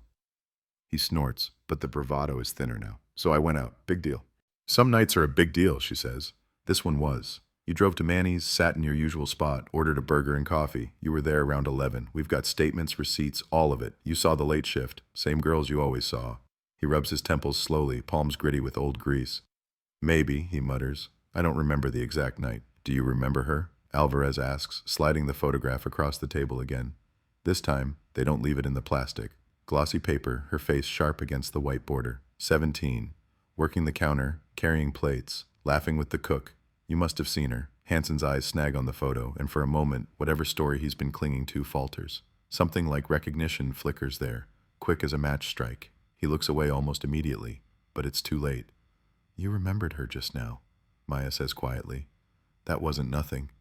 He clenches his jaw, a muscle jumping. I remember a lot of faces, he says. Doesn't mean I did anything to them. No, she agrees. But it means you weren't telling the truth when you said you didn't think you'd ever seen her before. Let's start there. You saw her. She served you. You watched her work. Yes or no? Silence stretches, taut. The air feels thicker. Finally, he hisses through his teeth. Yeah, fine. I saw her. She refilled my coffee sometimes. Happy? Getting closer, Alvarez says. Did you ever talk to her? A beat. 2. Couple times, he says at last. Small stuff. How's your night? Thanks for the refill. That sort of thing. She was just there, like everybody else. Did you know her name back then? Maya asks. He shifts in his chair. They wore name tags, he mutters. Of course I knew her name. Elena. You know that already. So she wasn't nobody, she says. She was a girl with a name, a route home, a mother waiting for her. She lets that sink in. On June 11th, you watched her finish her shift. You saw her take off her apron. You saw her leave. You don't know that, he says, but the words lack teeth.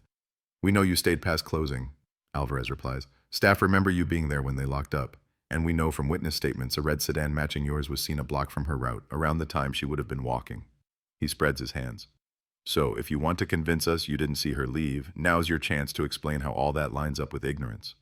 Hanson's breathing grows louder, nose flaring. His gaze jumps to the camera in the corner, then back to the table, skittering like a trapped animal looking for any gap in the fence. What do you want me to say? He bursts out.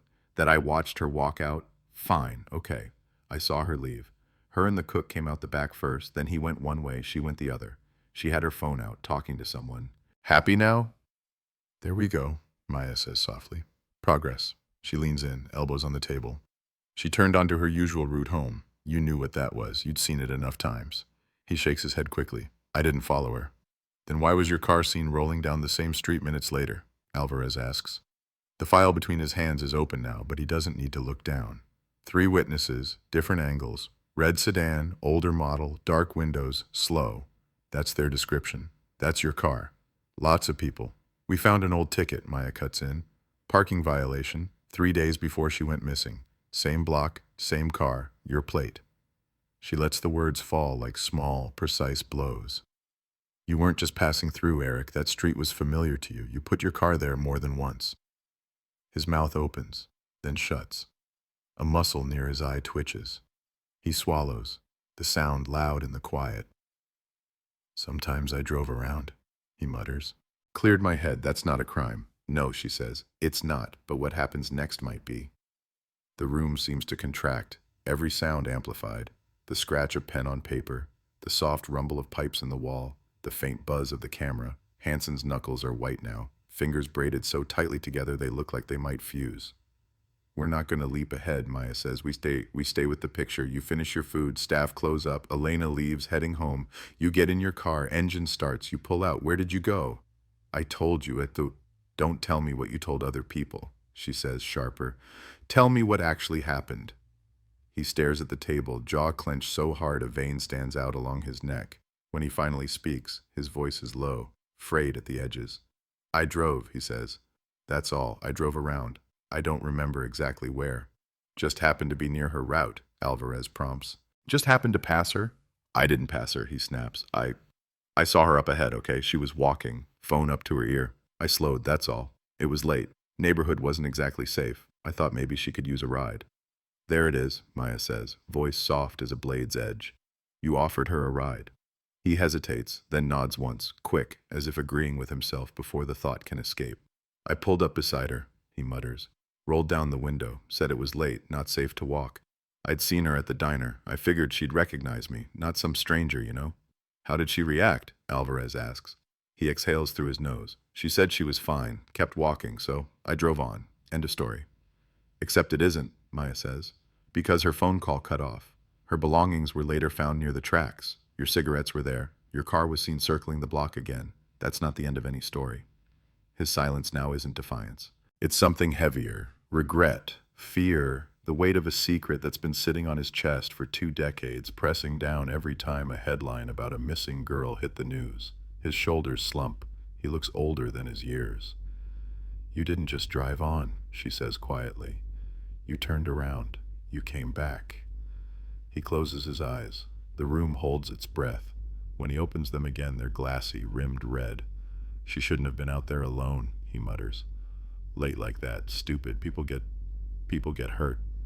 Did you want to hurt her? Alvarez asks. No, he says quickly, too quickly. No, I was just, I don't know, lonely, tired. She was nice, always smiled. I thought... He trails off, words dissolving. You thought what? Maya presses. He swallows, looks at the camera, looks away. I thought maybe she'd get in if I tried again, he whispers. So I circled, came up on her from the other side by the corner with the broken light, rolled down the window again. Told her it wasn't safe, that there'd been trouble in the area. He forces a short, bitter laugh. Wasn't even a lie. Did she get in? Alvarez asks. His jaw works. No, he says. She told me to leave her alone. Said she'd call the cops if I didn't. She started walking faster. That pissed me off.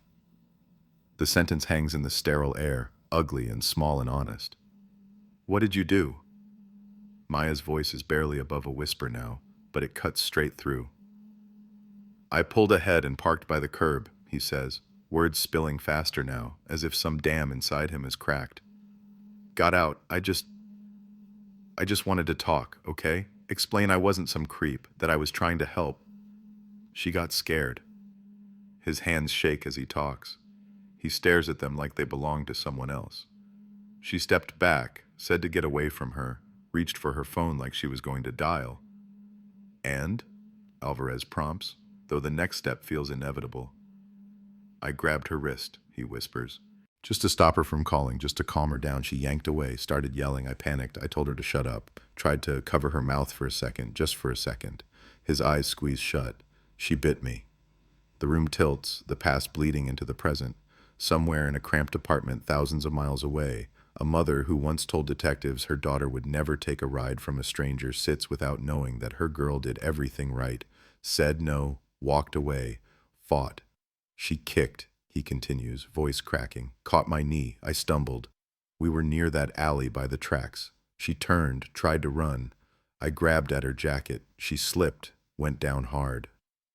His hands, unconsciously, mimic the motion, fingers clawing at invisible fabric. Her head hit something. The ground, the curb, There was this sound, like a crack. He flinches at the memory. She stopped moving. The room is very, very quiet. Even the air conditioner seems to have stopped to listen. Was she breathing? Maya asks, forcing her voice to stay level. He shakes his head quickly, then slows, uncertain. I don't know, he says. I knelt down, shook her shoulder, said her name. There was blood. Not a lot, but enough. I freaked out. I checked for a pulse, but my hands were shaking so bad I couldn't feel anything. Her eyes were open, just staring. Maya feels her own pulse hammer in her throat, but she doesn't let it reach her face. You could have called 911, she says. Right then, right there. Accident or not, you could have called. His laugh is hollow, shredded. Yeah, he says. I could have, but all I could see was cops, cuffs, prison, some 17-year-old dead at my feet, my hands all over her. I panicked. I don't know what I thought, that maybe she wasn't really gone, that if I just moved her somewhere, it'd make sense later. He covers his face with his hands for a second, voice muffled. It was stupid. Everything after that was worse than whatever would have happened if I'd just stayed. What did you do, Eric? Alvarez's voice is flat now. No judgment, just the relentless pace of a story being dragged into the light. He drags his hands down his face, fingers scraping across rough stubble. I dragged her, he says, off the sidewalk toward the tracks. It was dark, no one around. I could hear a train in the distance, but it never came. I was just moving, not thinking. I left her by the weeds near the gravel. Her shoe came off. I left it. I didn't care. I just needed her out of sight. The pendant, her necklace, got yanked off when I tried to pull her. I saw it glinting, but I didn't pick it up. His gaze goes far away, seeing only that night. I stood over her for maybe, I don't know, a minute, 10. Time felt wrong. Then I just ran back to the car. I was shaking so bad I dropped my cigarettes, lit one, dropped that too, drove home, sat in the dark for hours, waiting for sirens that never came. Did you go back? Maya asks. The words taste like ash. He nods, slow. Next day, he whispers. Afternoon. I told myself I was going to see but when I got there, she was gone. Just gone. Shoe wasn't where I remembered. The metal was still there, half buried. People had been around, tracks in the dirt. I freaked out again, thought maybe someone else found her, took her, did something worse, or that the cops would tie it all back to me somehow. I walked away, never went back. The silence that follows is thick enough to choke on. Somewhere, in another building, a phone rings, distant and muffled. Footsteps pass down a hallway. Life goes on beyond these walls, oblivious to the way a single sentence can rearrange the story of an entire family's grief. You understand what you just told us, Alvarez says quietly. You approached her, twice, ignored her no, put your hands on her, covered her mouth, dragged her body, left her by the tracks, never called it in. That's not just panic, Eric, that's a series of choices. He nods, small, defeated. I know, he whispers. I know. Maya's pen has stopped moving. Her hand rests on the notebook, palm warm against the cooling ink. What happened to her after you left? She asks. Who moved her? Where did she go? I don't know, he says, voice rising with a strange, desperate insistence, as if this one missing piece could somehow redeem him. I swear, when I went back, she was gone. I figured someone must have taken her. Maybe the cops, maybe someone worse. I watched the news for days, waiting for something. They put her picture up, said she was missing. I thought, if they know, they'll come for me. They never did. So you just lived, Maya says. Like nothing happened. He flinches. I moved, he mutters. Couldn't walk those streets anymore. Every car that slowed felt like it was coming for me. Every siren. He breaks off, swallowing. I thought it would blow over, that maybe I'd imagined more than there was. That she'd show up, that it was all some bad dream. She never showed up, Maya says. Her mother never slept right again. Her family never moved past the night she didn't come home. Your dream was their 20-year reality. He drops his gaze to the table, shoulders curled inward as if trying to make himself smaller. I didn't mean to. He starts, then stops, as if even he can't finish that sentence. The camera records everything. His hunched posture, the tremor in his hands, the words that have finally scraped their way past his teeth after 2 decades of silence. It doesn't capture the image in Maya's mind. Elena's body by the tracks, eyes open, the sound that haunted him like a cracked bone echoing in a city too loud to hear it. It doesn't capture the echo in a small kitchen where a mother will someday listen to this recording and hear for the first time the shape of the nightmare she's carried. Why now? Hanson whispers suddenly, looking up at her with something like bewilderment. Why, after all this time? You could have just let it stay cold. Maya holds his gaze, the weight of every cold file on those metal shelves resting between them. Because she didn't get 20 years, she says. Because you walked away. Because the city forgot, but her family didn't. Because the evidence finally caught up with you. Because silence isn't the same as mercy. Outside the interview room, the world still doesn't know. No headline has flashed. No anchor has turned to the camera with that practiced solemnity. No lower third graphic has slid into place. For now, it's just a room, a tape, a confession that still has to survive lawyers, judges, juries, the grinding machinery of a system that doesn't always care how clean the story sounds. But in the space between one breath and the next, something fundamental has shifted. For 20 years, the question of what happened on that 6-block walk has been a knot with no loose ends. Now one end has been pulled and the rope is tightening, a name has been spoken, a sequence of choices has been laid bare. A man who once thought he could outdrive his own shadow finds himself pinned to a story he can no longer outrun. In a house back in Chicago, the evening news murmurs in the background while a woman slices vegetables she doesn't really taste. Her phone lies on the table, screen dark, waiting. On some level, she can't explain, she feels it. The faint tremor in the air when something buried deep underground finally starts to move. In the interview room, Maya closes her notebook. The red light on the recorder still glows. The story isn't finished, not yet. There are statements to sign, charges to file, a hollow space in the timeline where Elena's final whereabouts remain a blank. But for the first time, the void around her disappearance has a voice. It's not hers, it will never be hers. But it's a start. The words hang in the air long after they're spoken, clinging to the walls, soaking into the paint. In the small interview room, everything feels slightly out of focus, like the world has shifted half an inch to the left. Hanson sits slumped in his chair, gaze fixed on some invisible point just past Maya's shoulder, lips moving soundlessly as if he's still arguing with someone only he can hear. The recorder sits between them, its red light still burning, capturing every second of the silence that follows his confession. For 20 years, he's carried a story only he knew. Now it's out of his hands. Maya reaches forward and slowly, deliberately turns the recorder off. The click is loud in the quiet. The red eye dies. For a moment, no one moves. Alvarez leans back, the metal chair creaking under his weight, eyes never leaving Hanson's face. This is the part the public never sees on crime shows, the hollow, exhausted aftermath when a confession has been dragged out of the dark, but no one's quite sure what to do with it yet. There's no triumphant music, just paperwork, procedure, and the rising hum of consequences. Eric, she says, voice low, controlled. We're going to take a break. Then we'll go over this again, slower, make sure everything is clear. You're going to sign a statement confirming what you just told us, you understand? He nods, slow, numb. Do I get a lawyer now? He asks. The question small, almost childlike. You can have one at any time, Alvarez says. Now, later, during any part of this process. That's your right. We'll remind you of that again when we resume. Doesn't matter, Hanson mutters, almost to himself. It's done anyway. Maya studies him for a long second. The man in front of her is not some cinematic villain, not a shadowy monster lurking in alleys. He's soft around the middle, graying at the temples, eyes rimmed with the kind of tired that doesn't come from work alone. But the story he just told is still a threat, still a choice, still a long chain of moments where he decided his fear mattered more than a girl's life and a family's peace. A monster doesn't have to look like one. She stands, chair legs scraping. "We're going to step out," she says. "You stay put. Someone will be right outside." She knocks twice on the door, a prearranged signal. It opens with a metallic squeal, letting a sliver of hallway noise seep into the room.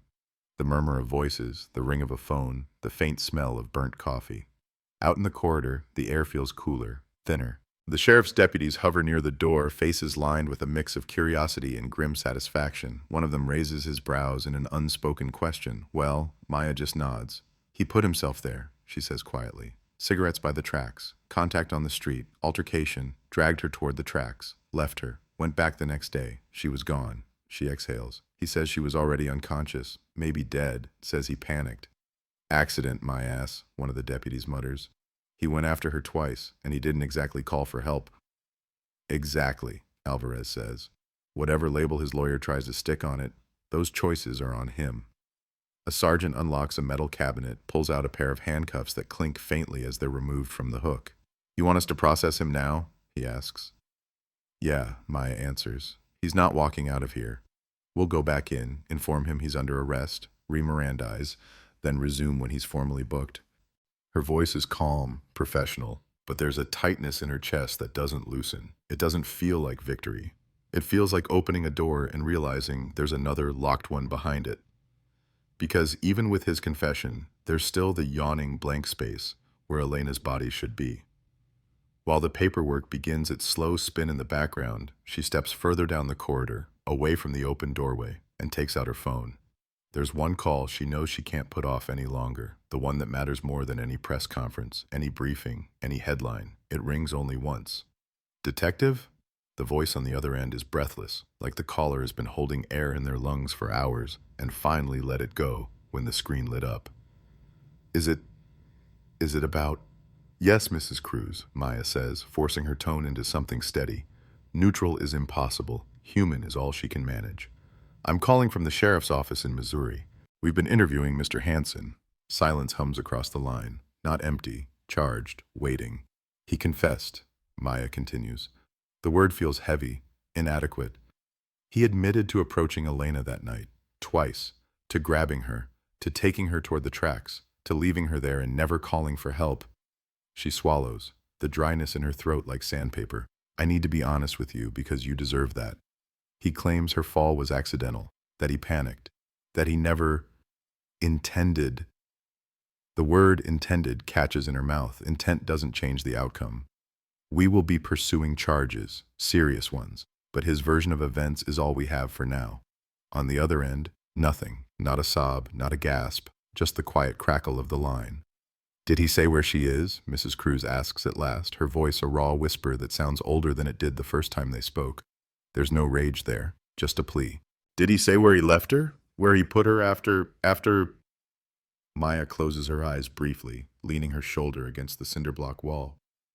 "He says when he went back, she was gone," she replies softly. "We don't know who moved her, or where, yet. That part is still open." A broken sound slips through the receiver, too quiet to be called a cry, too jagged to be anything else. "So I still don't get to bury her," Elena's mother says. "You have a man. You have his words. But I still don't have my daughter." "I know," Maya says, and she does, in the limited, terrible way someone outside of grief can know it. "We're going to search again. Now that we know more about what happened, we can focus on the areas he described. We're not stopping here."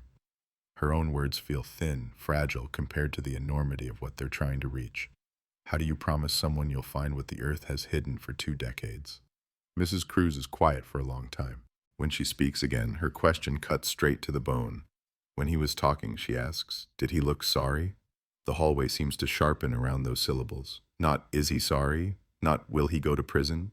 Just a mother, trying to picture the man who pressed his hands over her daughter's mouth, wondering if he feels the weight she's carried since that night. "He looked broken," Maya says honestly. "Whether that's guilt or fear or both, I can't tell you for sure, but he didn't come up with some story about strangers or aliens or men in masks. He put himself there, He put his hands on her. That's on him. Whatever label we give it in court, he doesn't get to walk away from it again. A breath shudders across the line. Good, Mrs. Cruz whispers. Then, feather soft. Thank you for calling me first. Always, Maya says. Anything you hear on the news, we'll have already discussed. You won't learn things from a television screen. Not this time. They end the call. The screen goes dark. For a moment, she lets her head thunk gently back against the wall, eyes tracing the cracks in the ceiling tiles above. Then she straightens. There's still a day to finish, an arrest to formalize, a flight to book, a file that's no longer just a faded cardboard box, but a live wire humming in the department's hands. Back in the interview room, Hanson's posture has changed. When she walks in with the sergeant and the cuffs, he looks up, eyes glassy but resigned, as if he knew this moment was simply the next inevitable step in a long-delayed fall. Eric, she says, the formality slipping back into place like armor. You are under arrest for the homicide of Elena Cruz occurring in Chicago in June 2004. She reads him his rights again, slowly, each phrase a rung on a ladder he can't climb down from. You have the right to remain silent. As she speaks, the sergeant steps behind him, the metal bracelets closing around Hanson's wrists with a soft, final clink. He flinches at the touch of steel, a half-suppressed shudder running through his shoulders. For the first time, his hands are physically restrained in a way they weren't that night by the tracks. Do you understand these rights as I've explained them? She finishes. He nods, voice barely audible. Yeah, he says, I understand. The next 48 hours are a blur of signatures and stamps, calls to the state's attorney's office, coordination between jurisdictions, extradition papers, flight arrangements, secure transport. Somewhere between the legal jargon and the logistics, the story begins to leak, as stories always do. By the time they board the plane back to Chicago with Hanson under guard, local media in Missouri is already running a short piece. Man arrested in connection with 2004 Chicago missing teen case. It's a bare-bones version, footage of the sheriff's office, a blurred shot of Hanson being led inside, head down, hands cuffed. They use Elena's school photo, the same one that flashed across Chicago screens 20 years ago, now in lower resolution, aspect ratio slightly warped, colors faded. Some intern slaps a headline on the website, cold case suspect arrested after 2 decades. Back in Chicago, the news breaks late, a digital blip before it becomes a full segment. In the Cruz apartment, the TV is already on, muted, cycling through weather and sports and local politics. When the banner rolls across the bottom, Chicago 2004 cold case arrest made, Mrs. Cruz doesn't even see it at first. Her sister does. She gasps, points, fumbles for the remote. The volume jumps. Police announcing an arrest in the 20-year-old disappearance of Southside teen Elena Cruz, the anchor says, voice pitched into that familiar solemn cadence. Sources tell us a man currently residing in Missouri has been taken into custody after new DNA analysis connected him to the original scene near the rail tracks where Cruz's belongings were found. Authorities have not yet released his name, but say charges are pending and extradition to Chicago is expected within days. The screen shows the tracks, shot from a news drone that didn't exist in 2004. The rails gleaming in the late sun, the weeds brushing against concrete, the city skyline rising in the distant haze. B-roll from the old case flickers, volunteers with flashlights, a younger Donnelly standing near yellow tape, microphones shoved in his face, his eyes tired even back then. On a couch barely 10 feet from the television, Mrs. Cruz stares at the screen as if it might suddenly open and return her daughter.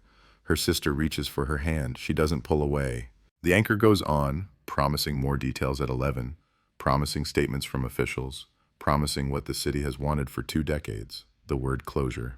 The next morning, the cold case unit is busier than Maya has ever seen it. Phones ring nonstop. Reporters call, fishing for quotes. The chief's office schedules a press conference before she even steps off the plane.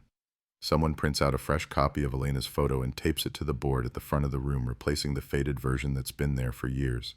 Below it, in bold marker, someone writes a single word, arrested. Donnelly is already there when she walks in. He stands in the back, hands in his pockets, shoulders slightly hunched, the way those who've been around too many years of bad news stand when they're not sure yet if this is actually good. He catches her eye, gives a small nod that carries more weight than a handshake. How'd he look? He asks quietly when the others drift toward the coffee machine. Like a man who's been sleeping fine for 20 years. She considers her answer. He looked like a man who finally ran out of room to hide, she says. Doesn't mean he didn't sleep, just means the nightmares caught up. He snorts softly. They always do, for some of them anyway. His gaze goes to Elena's picture lingering there. You did what we couldn't. You got the science, you got the words.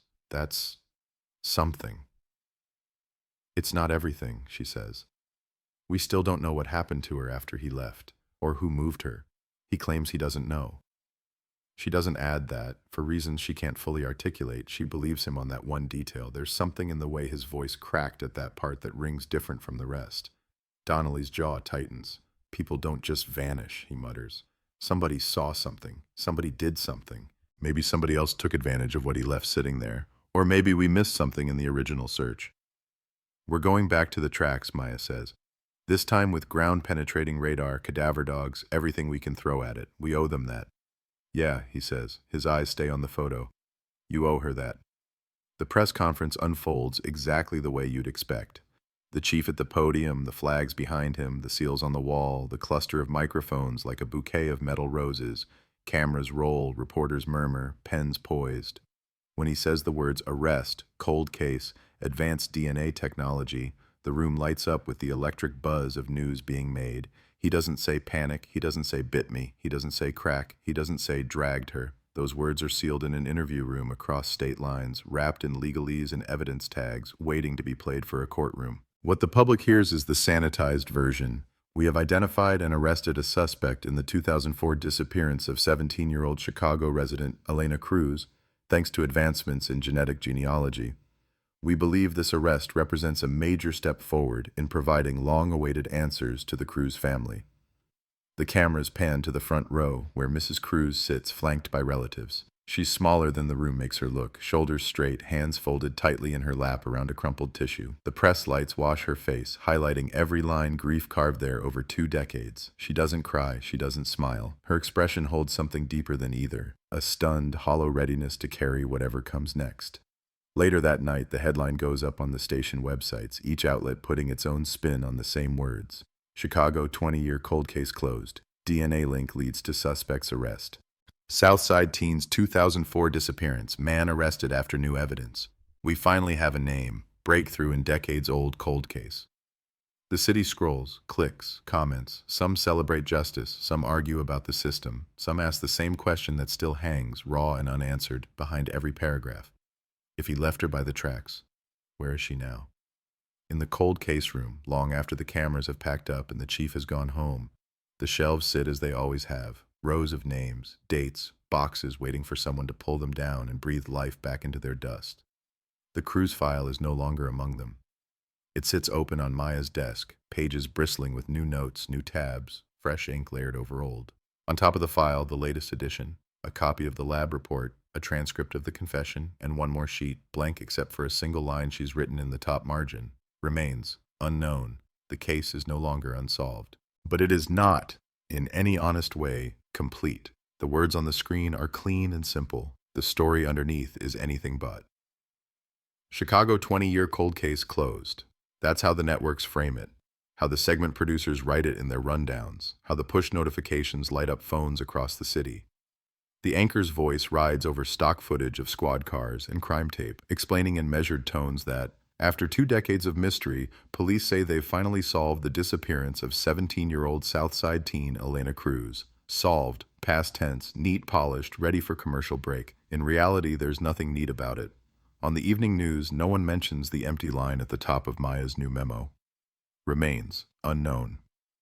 The lower third graphic doesn't have room for that. In the days following the press conference, the case that spent 20 years in silence becomes a noise all its own. Talk radio dissects it. True crime podcasts pounce on it. Comment sections fill with strangers flinging opinions like stones. Some say it's proof the system works, even if it takes too long. Others say it's a PR move, the department milking a tragedy for good headlines. Some question Hanson's story. Accident, panic, dragged her, left her, no body. A convenient narrative for a man who waited until technology cornered him before opening his mouth. One phrase keeps rising to the top of the online storm. No body, no closure. Inside the department, away from the cameras and the hot takes, the cold case unit shifts into a new gear. The arrest was step 1.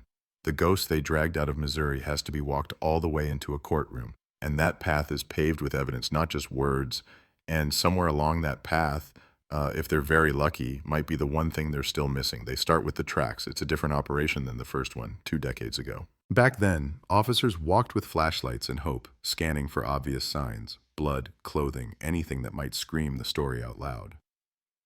Now vans roll up with equipment that looks like it belongs in a sci-fi movie. Ground-penetrating radar units.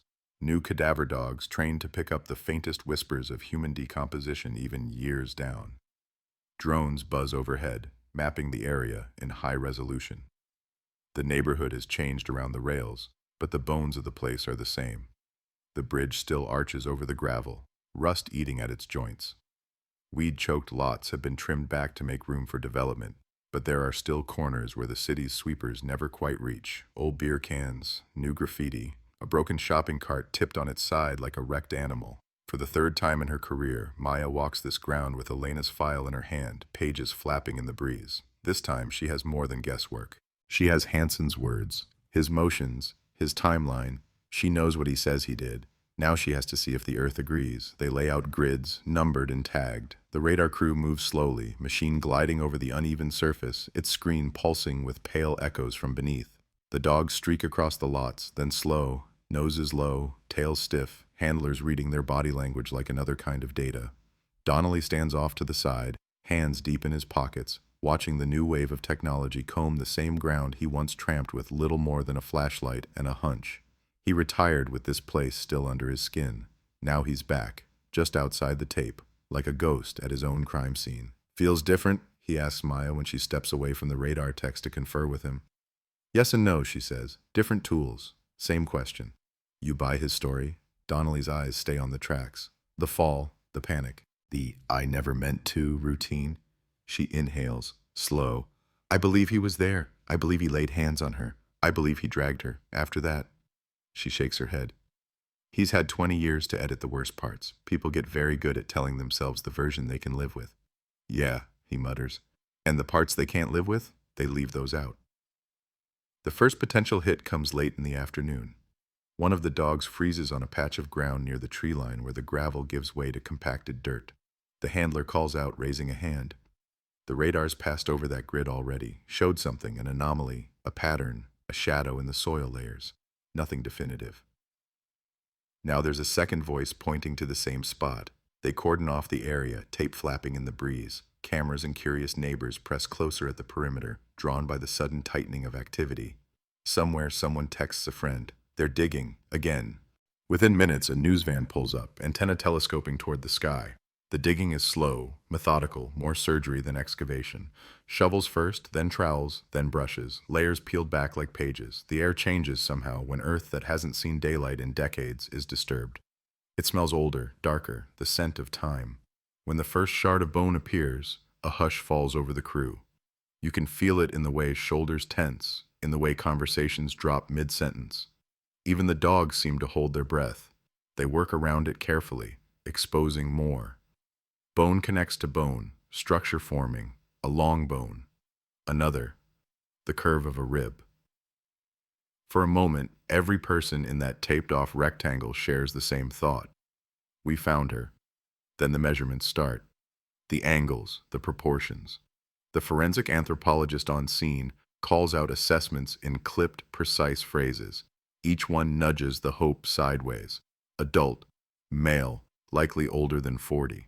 Not 17, not Elena. And just like that, the fragile, almost of closure, shatters into something stranger. They haven't found the girl they've been chasing for 20 years. They've found someone else. The cameras love it. Within hours, the headlines mutate. What began as breakthrough search for missing teens' remains becomes second mystery body found at cold case scene. B-roll shows the taped-off pit, officers with gloved hands lifting out bagged evidence. Social media explodes with speculation. 2 cases, serial killer, corrupt cover-up. It doesn't matter that the truth doesn't fit in those theories yet. The city fills the blanks with whatever scares it most. In the cold case unit, a new file gets started. Lt.Joe, male, approximate age unknown, remains recovered from near Southside rail tracks during search for Elena Cruz. Another name that isn't a name joins the shelves. Place has been swallowing people longer than we've been looking at it, Donnelly mutters, reading the early report. We were searching for one ghost and tripped over another. They don't stop the search. They widen it. More grids, more scans, more passes from the dogs. Days blur. Summer thickens around them. The city sweats and honks and curses, while glimpses of its buried dead rise up in sterile bags. They find nothing else human-sized. No obvious grave. No neat, TV-ready reveal. It's possible Elena's remains were moved. Construction in the area over the years means ground has been dug, graded, displaced. It wouldn't take much for shallow remains to be scooped up and carried away in a load of soil, dumped elsewhere, hidden under someone's manicured lawn or a mall parking lot miles away. It's also possible that Hanson's story is incomplete in ways that matter, that he did more than drag her a few feet off the sidewalk, that he came back later, under cover of dark, and finished the erasure he started in a panic. But if he did, the ground here is keeping that secret well. The state's attorney isn't blind to the problem. No body cases are hard. Juries like tangible things, photographs, bones, autopsy reports. They like seeing the absence filled by something, even if it's just a grainy shot of a shallow grave.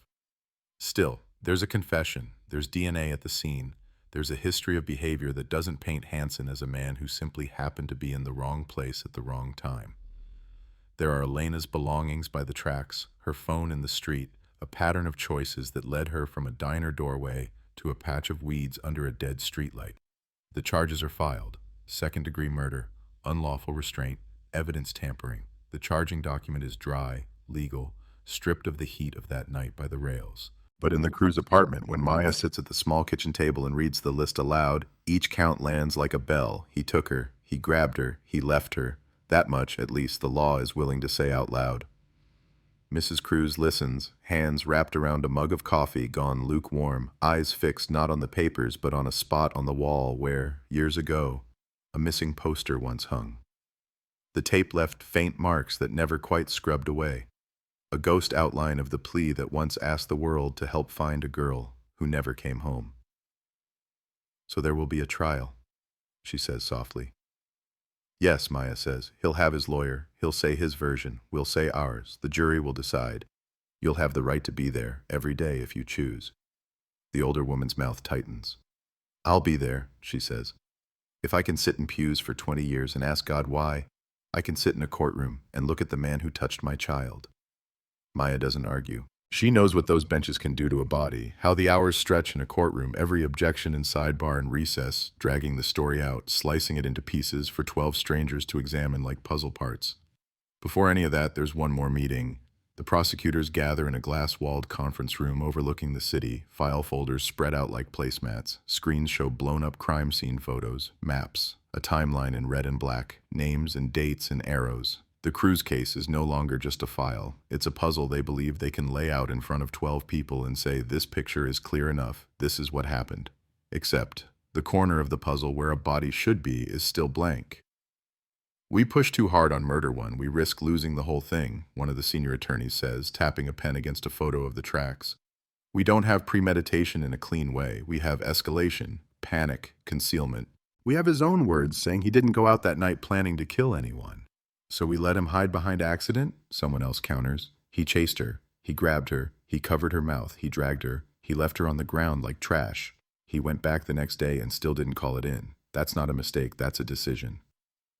Maya sits near the end of the table, listening more than talking. She's already told the story 100 times. Once to herself, once to the camera in the interview room, once to Mrs. Cruz, once to every official who needed to sign off between Missouri and here. It doesn't get easier to say. It doesn't get easier to hear. In the end, they land where they always were going to land, where the evidence and the risk intersect. A murder charge with room for the jury to land short of calling it premeditated. Enough weight to reflect the life taken. Enough flexibility to stick. Outside, life in Chicago goes on. The L screeches along its tracks. Buses exhale at curbs. Kids play on sidewalks. Parents watching from stoops with eyes that now carry one more story they can tell when they say, "Don't walk home alone. Don't get in cars. Don't think nice smiles can't hide sharp teeth." Across the city, other families with other missing daughters watch the Cruz case like it's a weather report for their own storms. Some feel a flicker of hope. If they could get a name after 20 years, maybe we can too. Others feel a sharp, sour envy they hate themselves for. Why her and not mine? Because that's the quiet cruelty of the phrase, cold case closed. For every file dragged into the light, there are hundreds still asleep on shelves, names written in fading marker, waiting for a ping in a database, a loose tongue in a bar, a conscience that finally cracks. One night, long after the office has emptied out, Maya sits alone at her desk, the city lights winking through the slats of the blinds. The cruise file lies open, photos and reports spread like a fan. Beside it, a new stack. John Doe from the tracks, the older male whose bones turned up where Elena's should have been. She picks up the top sheet from the second stack, scans the preliminary analysis. No obvious signs of trauma visible on the recovered remains. Likely been there longer than 20 years. No missing persons report in the system matches his profile cleanly. Another slow build of a story with no beginning and no visible end. For a moment, she imagines the rail yard 25, 30, 40 years ago. Different cars, different clothes, different cops, same ground, same shadows. Maybe another person walked too close to the edge, met someone whose smile didn't match their hands. She flips the file shut with a tired exhale. One case at a time, one story at a time. You can drown in the ones you can't reach if you're not careful. On her way out, she passes the board at the front of the cold case room. Elena's picture is still there, scaled up, edges curling just a little at the corners. Underneath, the bold black word that appeared after the press conference remains. Arrested. Her eyes drop to the space below it. Someone has added another word in smaller letters, almost as an afterthought. Found? There's a question mark at the end. Not yet filled in, not yet erased. She stands there for a second, the hum of the ventilation system loud in the quiet room. Then she fishes a marker from the tray below the board and adds 3 more letters beside the question mark. Not yet. In a way, that's the truest headline this case will ever have. Not the polished, cold case solved banner rolling under the anchor's practice stare, not the online think pieces about justice delayed and technology's triumph. Just this. They have a man in custody, a story on tape, charges ready to be read. They do not have a body. They do not have a grave. They do not have an ending that lets a mother stand in front of a stone and say, "Here, she is here. This is where the world stopped." In Missouri, in a county jail that smells of bleach and stale air, Eric Hansen lies on a thin mattress, staring at the underside of a metal bunk. The fluorescent lights hum day and night. The cell is small, the air thick with the sense of too many bodies and not enough space. For the first time since that night in 2004, he doesn't get to decide when to step outside, when to get in a car and drive away, when to change his name with time and distance. The only walks he takes now begin and end in the same place. He hears things, snatches of news from other inmates, from guards who leave the radio on. DNA nailed him. He confessed. They're calling it murder. Sometimes, late, when the noise dies down and the only sound is the occasional cough or the rattle of a distant cart, he thinks he hears something else. The crack he can't scrub from his memory, the sound of a head hitting stone, a voice, his own, saying, "Just calm down," overlapping with hers saying, "Get away from me," echoing until the words smear into one long, ugly noise. In Chicago, another night settles over the south side. The old rail yard sleeps under the orange haze of streetlights and the distant flicker of downtown towers. Some kids cut across the tracks on their way home, because they always have. Because the quickest path between 2 points is still the line that runs under that rusted bridge. Their parents tell them the story now, though, about the girl from the diner, about the man in the red car, about the 20 years it took for anyone to say his name on the news. The tracks don't answer. The wind moves through the weeds. Somewhere, a train horn wails, long and low, a reminder that this city's metal veins are still pulsing. In the cruise apartment, the framed photograph of a 17-year-old girl still sits on the shelf, glass reflecting the glow of the television. Her mother has turned the volume down. She knows the story better than any talking head on the screen ever will.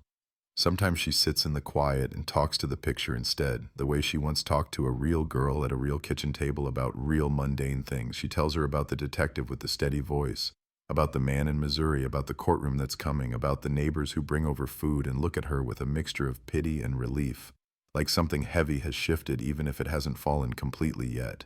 She doesn't say closure. The word tastes wrong. What she has is something else, a name, a face, a story she can hate and touch and push against when the nights get long. The question that still sits on the table between her and the city is the same one that keeps flickering like a faulty streetlight in the back of Maya's mind.